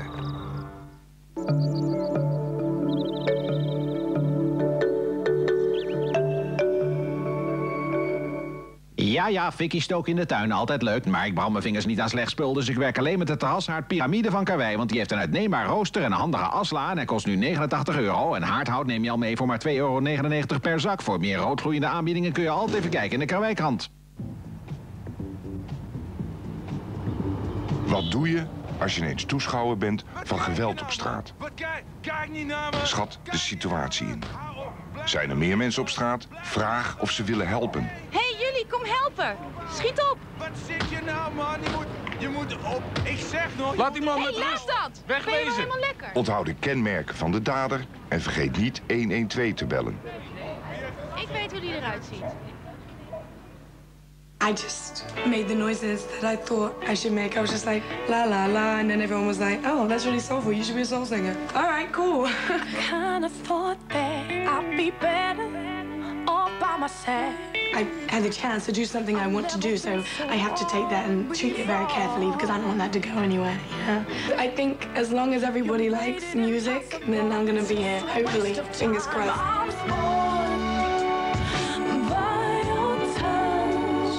Plan? Ik heb het vanmorgen wel op de radio gehoord. Weet jij ervan? Ze zetten zich in voor jonge kinderen, voor onderwijs, omgeving, de dorpen waar ze wonen.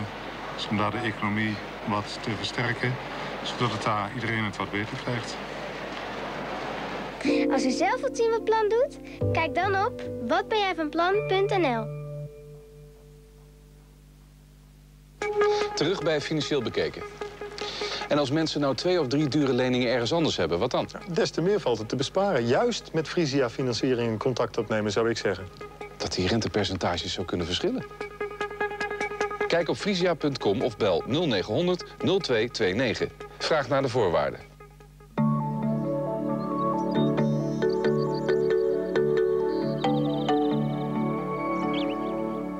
Wat wil ik nou eigenlijk? Wat heb ik voor ervaringen? Dat weet ik nu heel duidelijk. Rustiger geworden, in ieder geval. Wat huiselijker. Toch verleg je prioriteiten dan. Als ik de balans zou moeten opmaken over de afgelopen 10 jaar... Where do we go? Dan sluit ik wel af met een positief saldo, ja. En nu ben ik 39, word ik 40. Nou, ik ben helemaal klaar voor een feest. 40ers kijken terug op hun leven. Vanavond op dit net.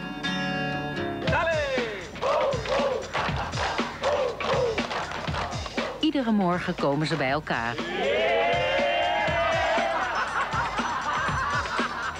En ze lachen.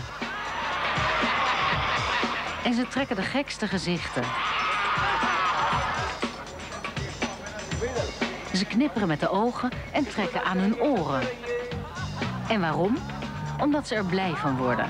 We willen allemaal blij en gelukkig zijn. Dat is de drijfveer achter vrijwel alles wat we doen.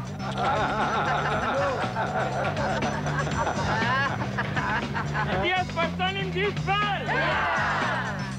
Good. We are the member of the club. Tally. Go, go. Maar wat is geluk precies? En hoe kunnen we het bereiken? Wetenschappers proberen de werking van deze bijzondere emotie te doorgronden. Ze ontdekken waar die oerdrift vandaan komt. En dat we het in ons hebben om in het dagelijks leven gelukkig te worden.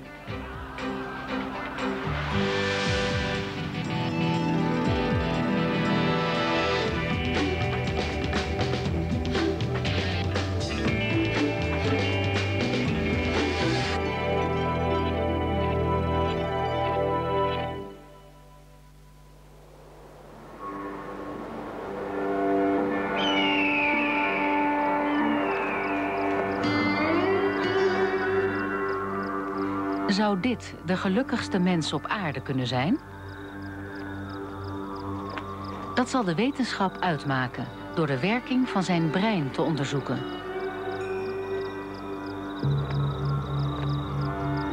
Mathieu Ricard volgt al 30 jaar de eeuwenoude tradities van het Tibetaanse boeddhisme en heeft door mentale training buitengewone staten van geluk bereikt.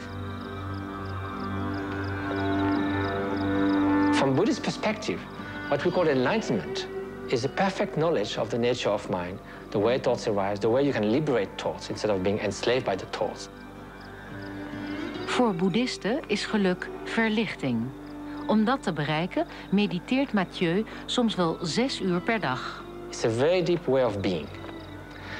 A way of being that has to do with inner freedom, with inner peace, with freedom from what?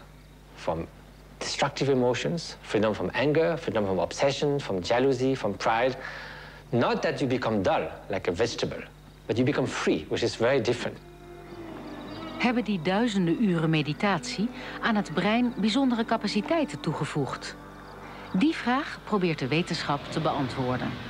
Door onderzoek naar het limbisch systeem, het emotionele brein, waar zich onze sterkste driften bevinden. En naar de prefrontale cortex, het denkende brein, die onze emoties reguleert. Inzicht in de complexe wisselwerking tussen die twee regionen is de sleutel tot geluk, het doel van de mediterende monnik. Mathieu begon zijn leven zonder bijzondere kennis over zijn persoonlijke emoties. Als kind van Franse academici verkeerde hij in het gezelschap van schrijvers en intellectuelen. I met great pianists, I met Stravinsky. With my father, I met great philosopher. My mother was a painter, I met all the great artists in France. I wanted to have their gift for every particular thing, but not necessarily to become what they were. Hij ging studeren en werd een vooraanstaand celgeneticus aan het Pasteur-instituut. Maar in 1967 nam zijn leven een wending door een spirituele roeping die hem in contact bracht met de Dalai Lama. For me, it was much a greater source of inspiration than continuing to find out how cells divide. Nothing wrong with that. But to spend my life, I prefer to spend my life knowing how my mind works.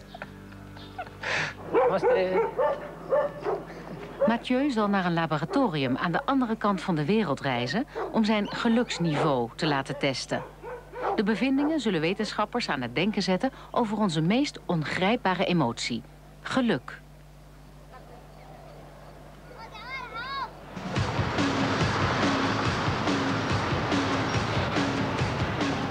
Overal ter wereld staat ons leven in het teken van het streven naar geluk.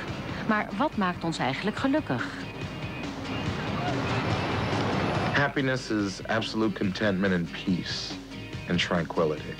Happy to be alive, happy to be here with my husband and my baby. And happiness is a really good rock song, A Boy You Love. You know it when you see it, you know it when you feel it. No matter what you do, if you can love it and feel happy with it, you'll be happy. I can't imagine starting a war if you're feeling really fun and happy inside.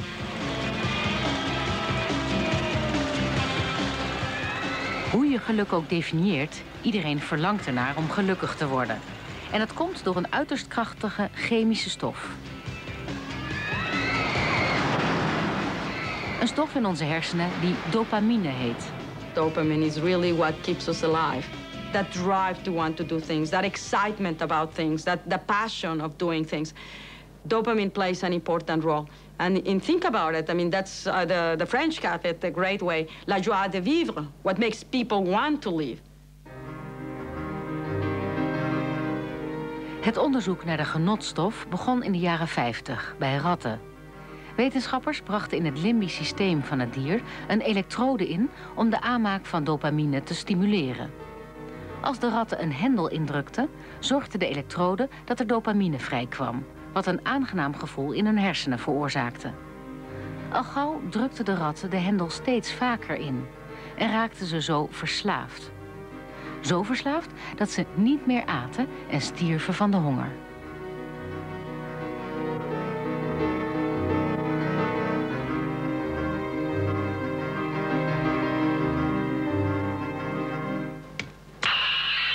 This is one where I get whoopee cushions, I get everything in here. But this is one where you get a headache. Voor deze...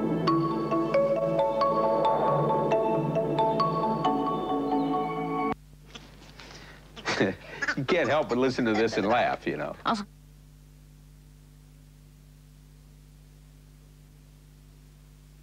wereld een concept geschonken dat al 30 jaar meegaat. We try to stimulate an emotion in people when we're creating advertising that gives a good warm feeling to a person when they're thinking about a product. We all like to feel good. It's very distressing when you don't feel good. And when you don't feel good, you have this motivation to act in order to feel better. We all have that. And that is very important because it's one of the mechanisms by which nature motivates us to take action. Most of the time we start out happy, but sometimes we get sad. But most of the time it's a happy face. Happy face, sad face, happy face. That's what life is about, really. I mean, happy, sad. We like to see people happy most of the time. Race into McDonald's for our 99-cent Halverwege de jaren 70 vroeg McDonald's hem om ideeën om het bedrijf aantrekkelijk te houden voor kinderen. 99-cent sandwiches at McDonald's. In fact, they had a theme called the Happy Place. And the items that we created became happy items. Everybody's looking at the new 3D Happy Meals, even your own family. There's a lot of parents who I meet who find out that I created the Happy Meal that like to strangle me, I guess, because they've spent so much money at McDonald's buying Happy Meals. But it is a nice thing, I think, for everybody. It's a win-win situation because the children get what they want, parents are happy because their kids are happy, and McDonald's is certainly happy, I think, because sometimes the cash register rings. When I was a child, absolutely. Advertisements spoke. I felt that the advertisers were speaking directly to me. I'd be riding home with my parents in the back seat of their vehicle, and I remember to try to set my parents up to make the purchase for me, I would start singing the songs to induce that into their subconscious that this is what I wanted. George Holden heeft al tientallen jaren te maken met reclamecampagnes die bedoeld zijn om de genotcentra in zijn hersenen te prikkelen. Hij is 33 en weegt meer dan 165 kilo. Sinds kort werkt hij mee aan een experiment om uit te zoeken hoe dopamine werkt.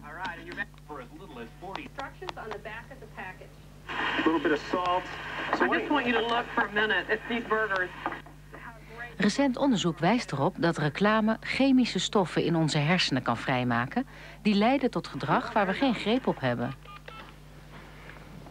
Okay, we're going to lunch. Yes, get your bib on because we're ready to go. George onderneemt actie en zijn gedrag heeft een evolutionaire achtergrond.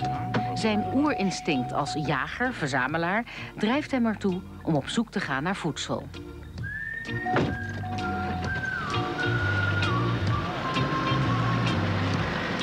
Alleen al de gedachte aan eten zorgt dat er in zijn hersenen dopamine vrijkomt. De dopamine die door de neurochemische banen van George stroomt, scherpt zijn zintuigen, verhoogt zijn energieniveau en maakt hem klaar voor actie. Dat aangename gevoel is zo sterk dat het zijn rationele, denkende hersenen buitenspel zet.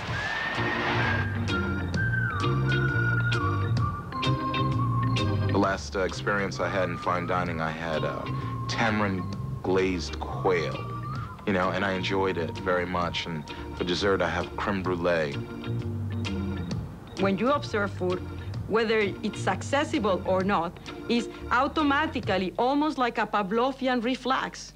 Your brain is emitting a response that will make you drive to go and do something in order to achieve that particular task. In this case, the food. Let's go to lunch. Okay. All right, get in. What are we eating? Greenfields. Oh, everything that they have to offer. Okay, all right. Voor George en zijn vriend David is het vooruitzicht van eten net zo prettig als het eten zelf. I would say cute. Oh, okay. Come on. Stop it. This.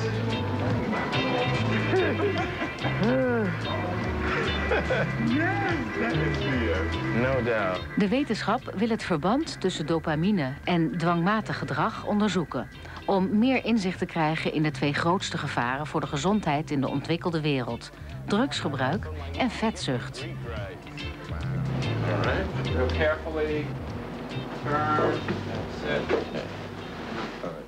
George zijn honger naar geluk heeft hem naar dit laboratorium in New York gebracht. Hij doet mee aan een experiment om de dopamineactiviteit in zijn hersenen te meten. Yep, that's comfortable. Okay, just. Okay, George, we're going to put the blanket on you. Now this will warm you up. Right. Chin strap on. Een hoge dopamineconcentratie bracht ratten ertoe om zich dood te hongeren. Maar in het moderne Westen leidt dopamineprikkeling ertoe dat mensen zich dood eten. Okay, George, I have a hamburger here. See how hot it is? Can you smell it? De onderzoekers meten de concentratie van dopamine bij blootstelling aan voedsel. So subjects were exposed, and we told them, you're going to see and smell this food that you like very much, but you're not going to be able to eat it. Okay, George, I'm going to give you a little bit of hamburger here. I want you to taste. I'm going to paint it on. Can you smell the grease? Can you taste it? A little onions on it, or how do you like it? Fried onion. A little bit of ketchup, a bit of mustard. Definitely can't forget the pickle. Because we wanted to specifically separate the component of pleasure of eating the food and conscious anticipation of eating it. Here, they knew they were not going to eat it. A fresh tomato on your hamburger. Wonderful. Isn't that with onions? Oh, the fried onions and oh, a little taste, another little taste. George lijdt misschien, maar het is voor een goed doel. You can see that this is images of the dopamine receptor in the middle. This is the basal ganglia. Very, very beautiful images of him. We'll rate that hamburger as to how much is stimulated, how much you wanted that hamburger. 1 through 10. You've got me thinking about food. So here we have them, and we have the subject looking at the food and smelling it, and what we observed was brain dopamine goes up in the circuits, in the brain regions that regulate motivation and drive. We worden doodgegooid met voedselreclame. Deze is erop gericht om onze dopamine-respons te prikkelen en maakt gebruik van een evolutionaire oerdrift. It's not even conscious. This is happening whether we want it or not. That signal in our brain is go get that food, which was very important at one point in evolution when food was not available, because you didn't know when food was going to be available. So if food was there, you wanted your brain to be able to motivate you to stop whatever you were doing and go get the food. As you can see, we have Krispy Kreme donuts. Inzicht in George's dopaminestroom zou kunnen helpen om zijn dwangmatige eetlust te beteugelen. Er wordt gedacht dat echt effectieve veranderingen veel ingrijpender maatregelen vereisen. And the way that civilization is exposing us to food, we're being overexposed, and I think that's one of the reasons we have these serious problems with obesity throughout the world. Eten en andere verslavende middelen om ons een geluksgevoel te bezorgen is maar één tactiek die ons ten dienste staat. Als je niet aan je portie geluk toekomt, kun je het ook een handje helpen.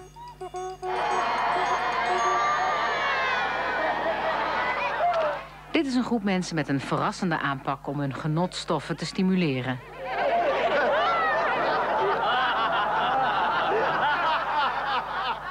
Fake it until you make it. The simplest way to get happiness is to fake happiness, because our body doesn't know the difference. De lachclubs zijn in Bombay begonnen. En het initiatief is aangeslagen in India en de rest van de wereld.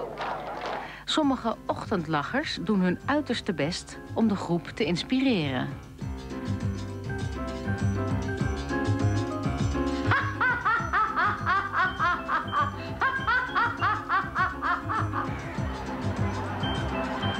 I want to wear this so that everybody will be surprised and say the Charlie Chaplin, and I make people happy and I'm also happy. I like to wear this Charlie Chaplin dress. En de wetenschap toont aan dat de meest onwaarschijnlijke activiteiten kunnen leiden tot verbluffende resultaten.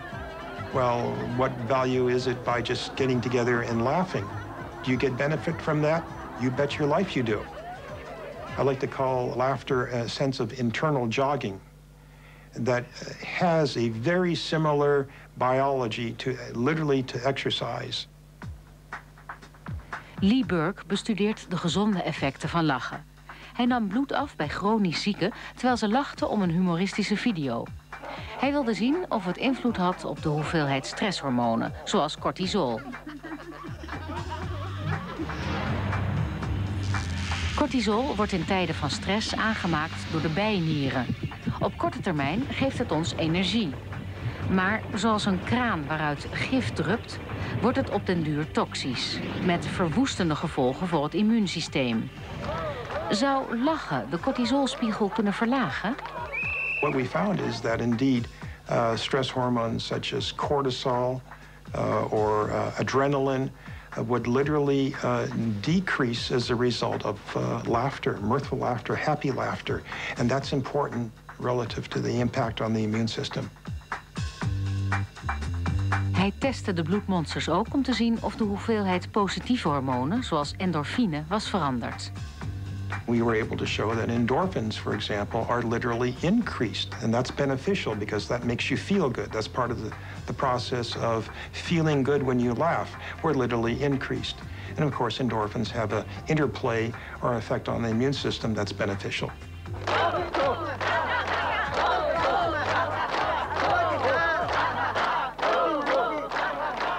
Dus deze mensen lijken gelukkig. Maar hoe zit het met de rest van ons? Deze man kijkt niet erg opgewekt, maar zijn wereldwijde onderzoek naar geluk stemt wel tot vrolijkheid.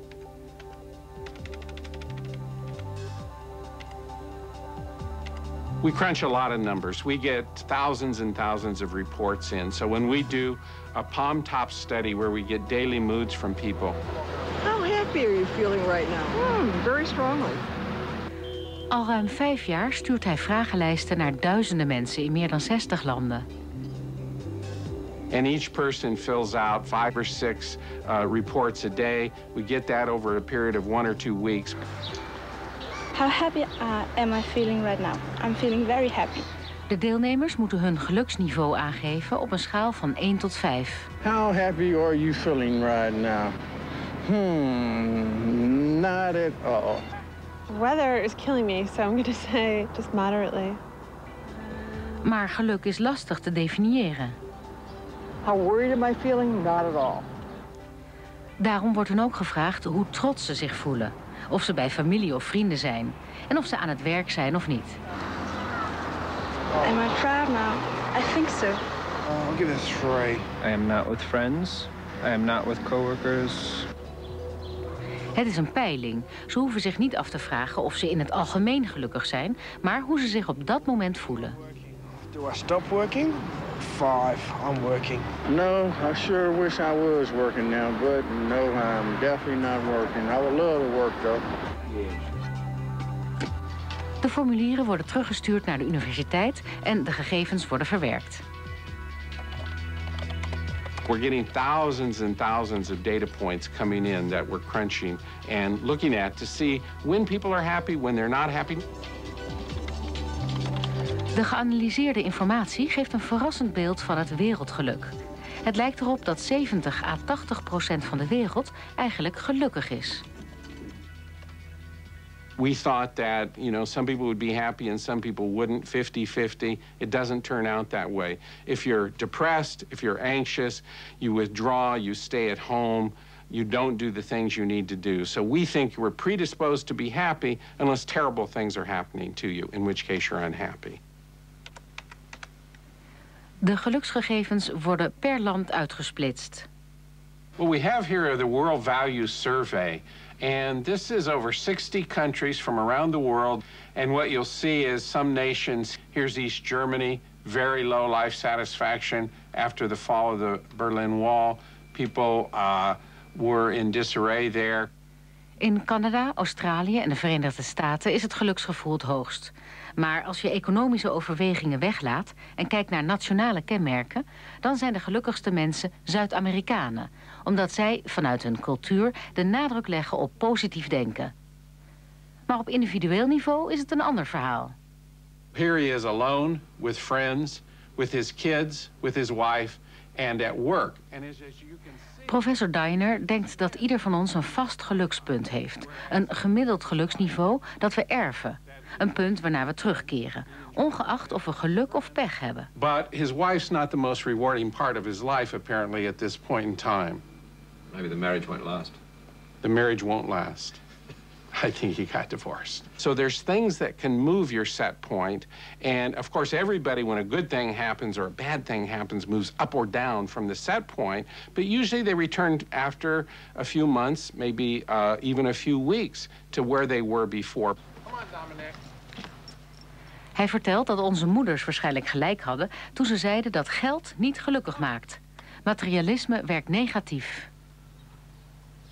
It's toxic to happiness. And what we find about materialistic people, these are people who say material goods are more important to me than other people, more important to me than other goals. These people are not as happy as others, regardless of whether they're wealthy or not. Maar hoe zit het dan met arme mensen in ontwikkelingslanden? Er is onderzoek gedaan bij mensen in de armste wijken van grote steden in India.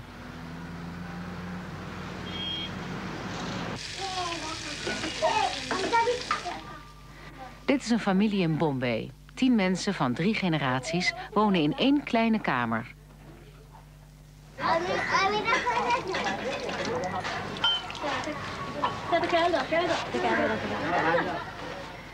Er zijn 2 getrouwde zussen, hun echtgenoten, 4 kinderen, een grootmoeder en een schoonmoeder. Door het ruimtegebrek moeten ze in ploegen eten.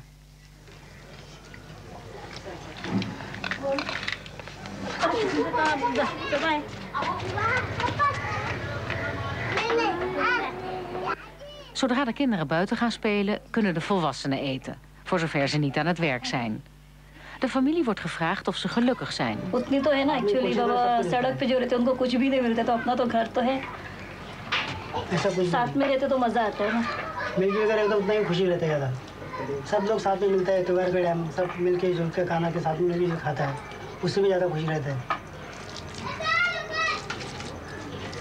Right now, as a group, the unhappiest people are probably in extremely poor countries, people who cannot meet their basic needs. They can't eat every day. Uit het onderzoek blijkt dat bij voldoende eten en gezondheidszorg het geluksniveau aanmerkelijk toeneemt. De motivatie om te knokken voor meer geluk komt ironisch genoeg voort uit negatieve emoties, zoals boosheid en angst. Negative emotions also have a function, and that is to protect us against bad things. So when we have losses or fearful things, our negative emotions help us react appropriately. So the happiest people still feel negative emotions. The happy life is not one that's happy every second of every day. You will feel some negative emotions when it's appropriate, but the happy life is one where you feel positive emotions most of the time.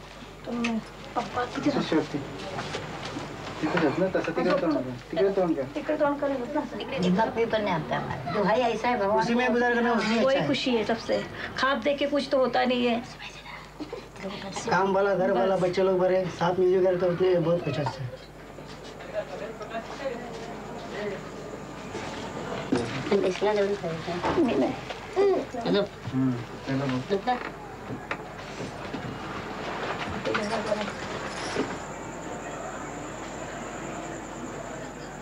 Of we arm of rijk zijn, allemaal verlangen we naar geluk. En allemaal uiten we onze gevoelens min of meer op dezelfde manier.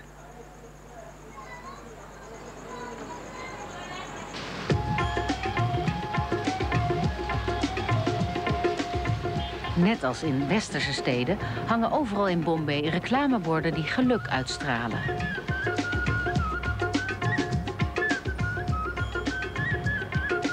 Everyone is fascinated by faces. I mean, in your wallet, I'm sure you have a picture of someone's face, not their elbow, not their feet, not their hands. The face is the badge of identity. It's how we tell one person from another.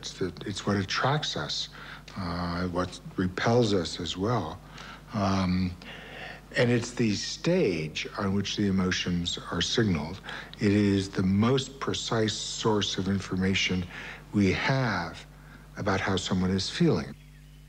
Paul Ekman deed eerder onderzoek in Papua Nieuw-Guinea naar de manier waarop we gevoelens uiten. I gave them little stories and asked them to show that on their face, which I filmed. Hij ontdekte dat menselijke emoties universeel zijn. Van de straten van New York tot een dorpje op Nieuw-Guinea blijken we onze gevoelens op ongeveer dezelfde manier te tonen. Geluk kennen we allemaal. Well, to make a long story short, Darwin was right. They interpreted and showed expressions the same as people anywhere in the world, and they couldn't have learned it from the media or outsiders. Geïntrigeerd door het wereldwijde karakter van geluk probeerde Ekman de kenmerken ervan te definiëren. Happiness is not a single emotion, any more than being upset is a single emotion. Hij vond subtiele, maar onmiskenbare variaties in geluk. I maintain that there are somewhere between 10 and 16 of these enjoyable emotions because they really haven't been thoroughly studied as yet. And each of them, I believe, will be found to be as different as anger is from fear. Why is it important to distinguish them? Well, so we can find out what they're about, so that people can consider how they could enrich their lives. Which ones do they specialize in? Are there ones that they're basically missing? Kinderen maken ons gelukkig, maar hoe druk je dat uit in woorden? In Yiddish, that term is nachas. The joy, the particular joy in the accomplishments of your offspring. In het Duits bestaat er een woord dat staat voor een negatief gevoel van geluk. It's that peculiar enjoyment you feel when you hear about the misfortune or defeat of your enemy. And the Germans call that Schadenfreude. And it does feel good. It's a different kind of good feeling. It's not one, you're not supposed to gloat. I think there are lots of definitions of happiness. Each of us has our own definition. And I think science is telling us something which doesn't really make much intuitive sense, which is happiness is the absence of distressing emotion. Ons vermogen om nare emoties te beheersen is de sleutel tot geluk. Althans, volgens Daniel Coleman. Hij doet onderzoek naar menselijke hersenen en emoties.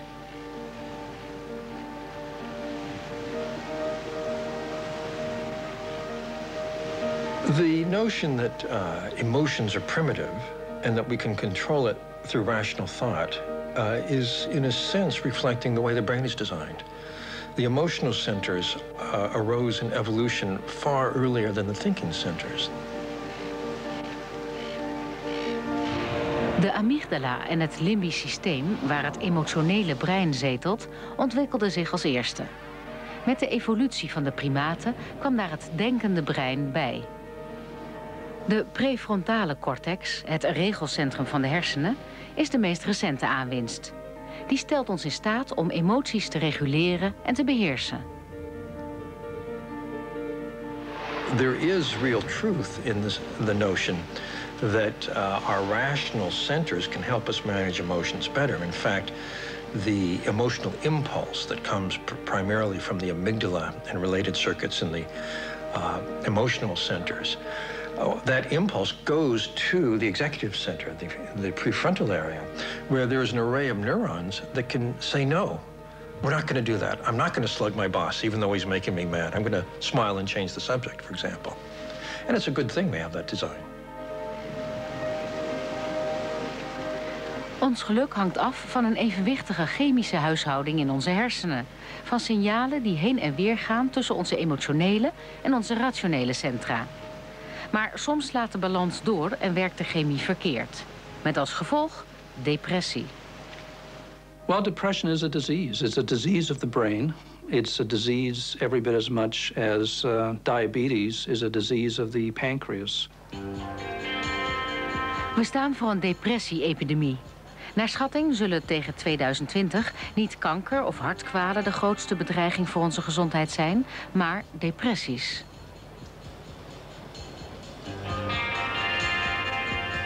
En de oorzaak van depressies is nog een raadsel. Maar wel staat vast dat hormonen en het chemisch evenwicht in onze hersenen een sleutelrol spelen. Als er in het emotionele brein negatieve gevoelens opkomen, reageert het rationele brein door serotonine aan te maken. Een neurochemische stof om stemmingen te stabiliseren. Het geeft boodschappen tussen beide hersendelen door en helpt ons om de rust te bewaren. Maar bij een tekort aan serotonine ontstaat er een depressie. De farmaceutische industrie biedt daarvoor een oplossing. Medicijnen die het serotoninepeil verhogen.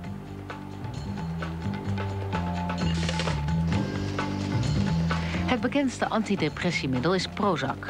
Sinds het in 1988 op de markt kwam, zijn er miljoenen recepten uitgeschreven. En is voor miljoenen mensen het leven draaglijker geworden. Maar maken antidepressiva mensen ook gelukkiger? No, they don't. Interestingly enough, if you and I were to take them, and I'm assuming neither you nor I are depressed at the present time, we would not become elated or happier necessarily at all. So it seems that there is a balance, a threshold that takes place. And the thought is that in depression, in some part of the brain perhaps, there's too little serotonin in the synapse. And what the SSRIs do is to restore that normal level. But it's not to say that if you push that system even further, you're necessarily going to become euphoric or very happy. Zal de farmaceutische industrie ooit met een pil komen die de wereld gelukkiger zal maken? We're not engaged in research efforts to try to develop happy pills. What we are engaged in very seriously is to try to come up with much better treatments for depression, because the ones we have at the moment are not that good. They all have side effects. They don't help all people. And there is a huge need and opportunity for us to develop much better treatments for depression. And that's really where our focus is right now. The problem and the limitation of a medication is that it doesn't do anything really much to help a person develop the mental skills that will help them themselves manage upsetting emotions, manage the kinds of thoughts that can spin out into a depression. And that for that, you need to train the mind.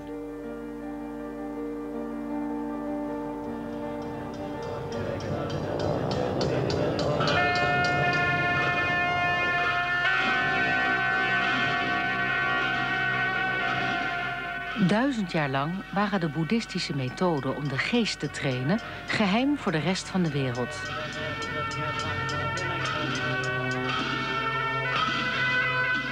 Tibetaanse monniken werken tientallen jaren aan het leren beheersen van hun emoties. De technieken zijn overgeleverd via talloze generaties.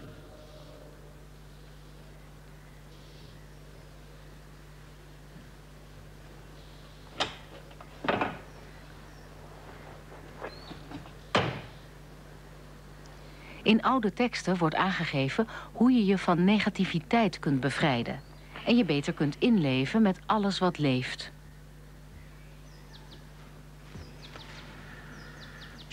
De kennis die Mathieu heeft verworven kan ons misschien helpen in ons streven naar intens en blijvend geluk. So what is happiness? It's like the depth of the ocean and the surface of the ocean. Sometimes at the surface is a beautiful, calm weather and enjoyable. Sometimes there's a storm, but deep within the ocean never change. So how you can connect with that instead of always being at the surface and being the victim of sometimes great joy, sometimes great depression, but never connected with something deeper. It has to do with inner freedom. From what? From anger, from craving, from pride, from jealousy, from what we call obscuring or destructive emotions. Without that freedom of mind, looking for happiness is like waiting for the sun in a cave that's facing north. No chance.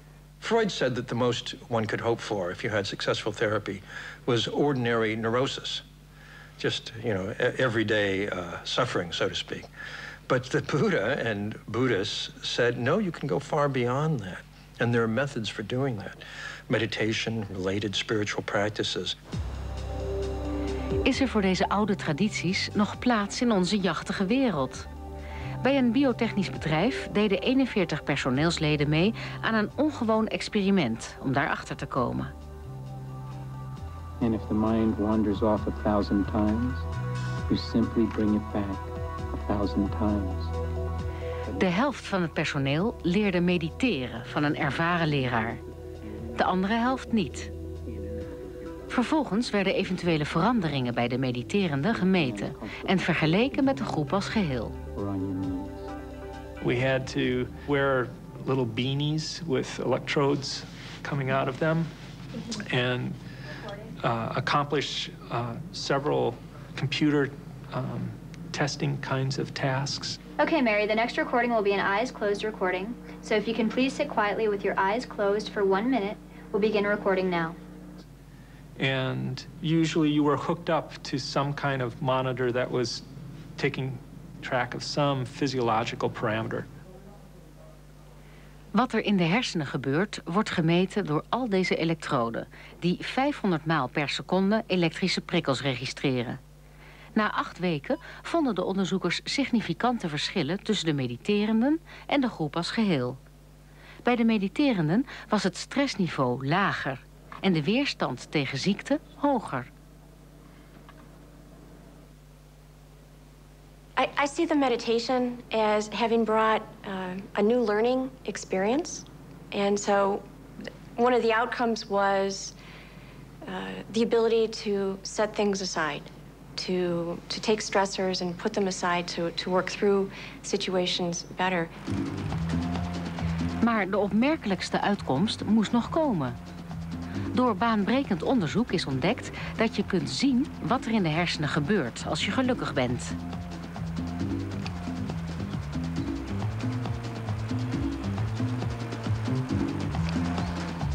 We find a specific signal in regions of the left prefrontal cortex which are associated with reports of happiness and well-being. Those individuals that report more happiness and higher levels of well-being have a stronger signal in these regions of the left prefrontal cortex. Als we blij, gelukkig of enthousiast zijn, is er sterke elektrische activiteit in de linkerkant van de prefrontale cortex zichtbaar. Bij negatieve gedachten en depressies wordt juist de rechterkant sterk geactiveerd. En als we het gemiddelde van de positieve en negatieve emoties nemen, komen we op de schaal van geluk op een bepaald punt uit. Na onderzoek van 150 proefpersonen is vastgesteld dat dat punt voor de meeste mensen net links van het midden ligt, dus aan de gelukkige kant. Als je mediteert, lijkt je nog gelukkiger te worden.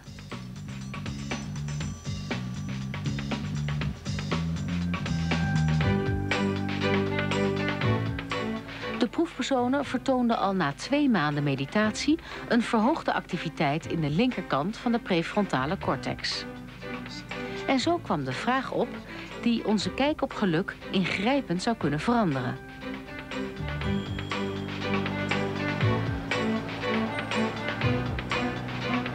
Wat gebeurt er in de hersenen van iemand die zich al tientallen jaren wijdt aan meditatie? Die vraag brengt Mathieu Ricard, de wetenschapper die monnik is geworden, terug naar de wereld van de wetenschap. Okay. And again and again. Just a solid minute continuously. For 1 minute. Okay. Not again and again, just 1 minute continuously. Yeah, I can maintain it for 1 minute. You maintain the phoning for 1 minute. Hij hoort bij een selecte groep monniken die een uitgebreid hersenonderzoek ondergaan. Because of his previous scientific training, as well as his being a monk who has spent many years in formal practice of specific meditation practices, makes him just ideally suited for a collaboration to help us understand the changes in the brain that are brought about by the long-term practice of these contemplative traditions. Vandaag wordt zijn geluksniveau gemeten met de meest geavanceerde apparatuur.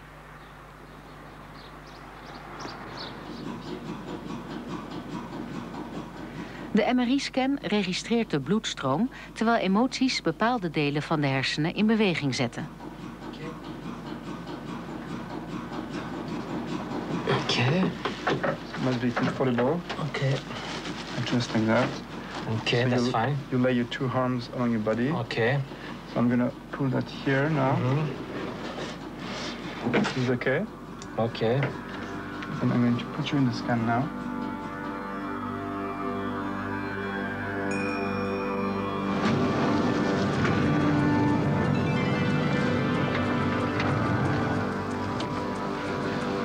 Dit is een historisch onderzoek. De modernste apparatuur, een monnik met bijzondere capaciteiten en een unieke registratie van emoties. Emotion, just like any other complex mental process, involves the coordination among a number of different regions of the brain. Functional MRI allows us to see all those regions together. 3, 2, 1, go. Mathieu wil een toestand van puur positieve emotie teweegbrengen. Een toestand die gelijk staat met geluk.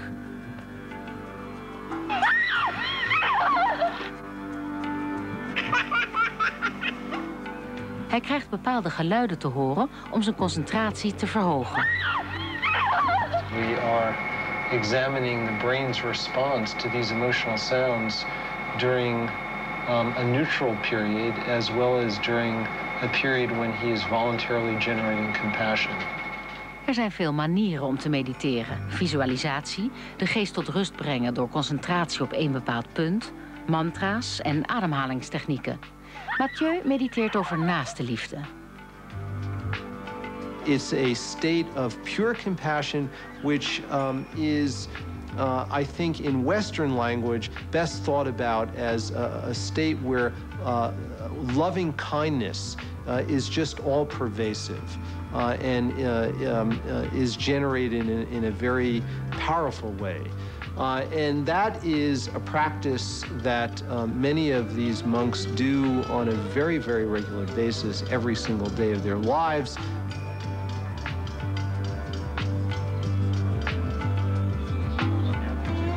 Een grotere tegenstelling met de bergen van Nepal lijkt nauwelijks denkbaar. En toch levert Mathieu de onderzoekers op verzoek positieve gevoelens. So please just be neutral now and you'll be hearing the sounds. And then I'll come on to tell you when to switch to compassion. Compassion is about any living creatures, and you know, this kind of scanner is a very brutal environment for them. So okay. Neutral. Neutral. We are getting approximately 35 separate slices through his brain every 2 seconds. And we'll use that to examine the functional activity during these different states in response to the emotional sounds.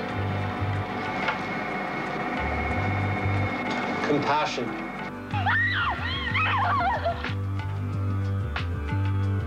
Na 30 jaar oefening van zijn geest is hij in staat om van een neutrale toestand over te schakelen naar 100% positieve emotie. De MRI-scan registreert het effect. Het is een verschil van dag en nacht.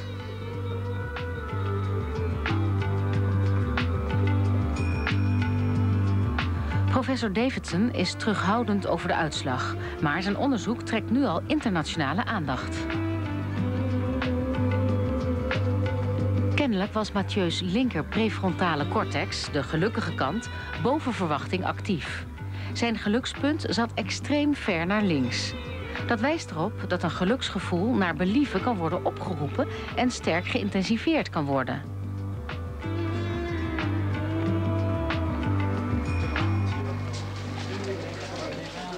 Dit onderzoek is nog in het beginstadium, maar nu al blijkt dat oefening van de geest opmerkelijke veranderingen teweeg kan brengen in het gelukscentrum van onze hersenen. Hersenwetenschappers hebben ontdekt dat elke herhaalde activiteit leidt tot nieuwe neurale verbindingen in de hersenen. Zo groeien er in de hersenen van een violist bijvoorbeeld connecties die jaren van oefening weerspiegelen. Dat wijst erop dat we allemaal in staat zijn om onze hersenen te vormen. If you look at a champion swimmer in the Olympics, or if you look at a chess champion, or you look at the first violinist in a world-class orchestra, people at the top of their form, all of those people have practiced at least 10,000 hours or more to get as good as they are. Then the question is, what would happen to a human brain if you did this with certain cognitive skills, if you did it with attention, fine, focused, non-distracted attention? Now we have to find out how the mind works. How the mind from 1 thought, 2 thoughts of anger, full blast anger, breaks our own happiness and destroy that of others too. And that only needs, we have to start spending time looking at the mind, how it functions. We never do that. We always look outside. So we need to look inside. If the scientific research helps people to take that message more seriously and suggests to them that there's some real substance to this, and if, as a consequence, they then show an interest in learning about these kinds of methods to train their mind, then I think that we will have made some difference. Science is getting a better handle on what it is that triggers our emotions, and perhaps most important, what we can do about it. That is, how we can start to manage our emotional life more effectively. And I think that's quite important for all of us. Heel lang hebben we gedacht dat we waren overgeleverd aan onze emoties. Maar nu leert de wetenschap ons dat we de kwaliteit van ons leven daadwerkelijk kunnen verbeteren. Het grote geluk lijkt binnen bereik.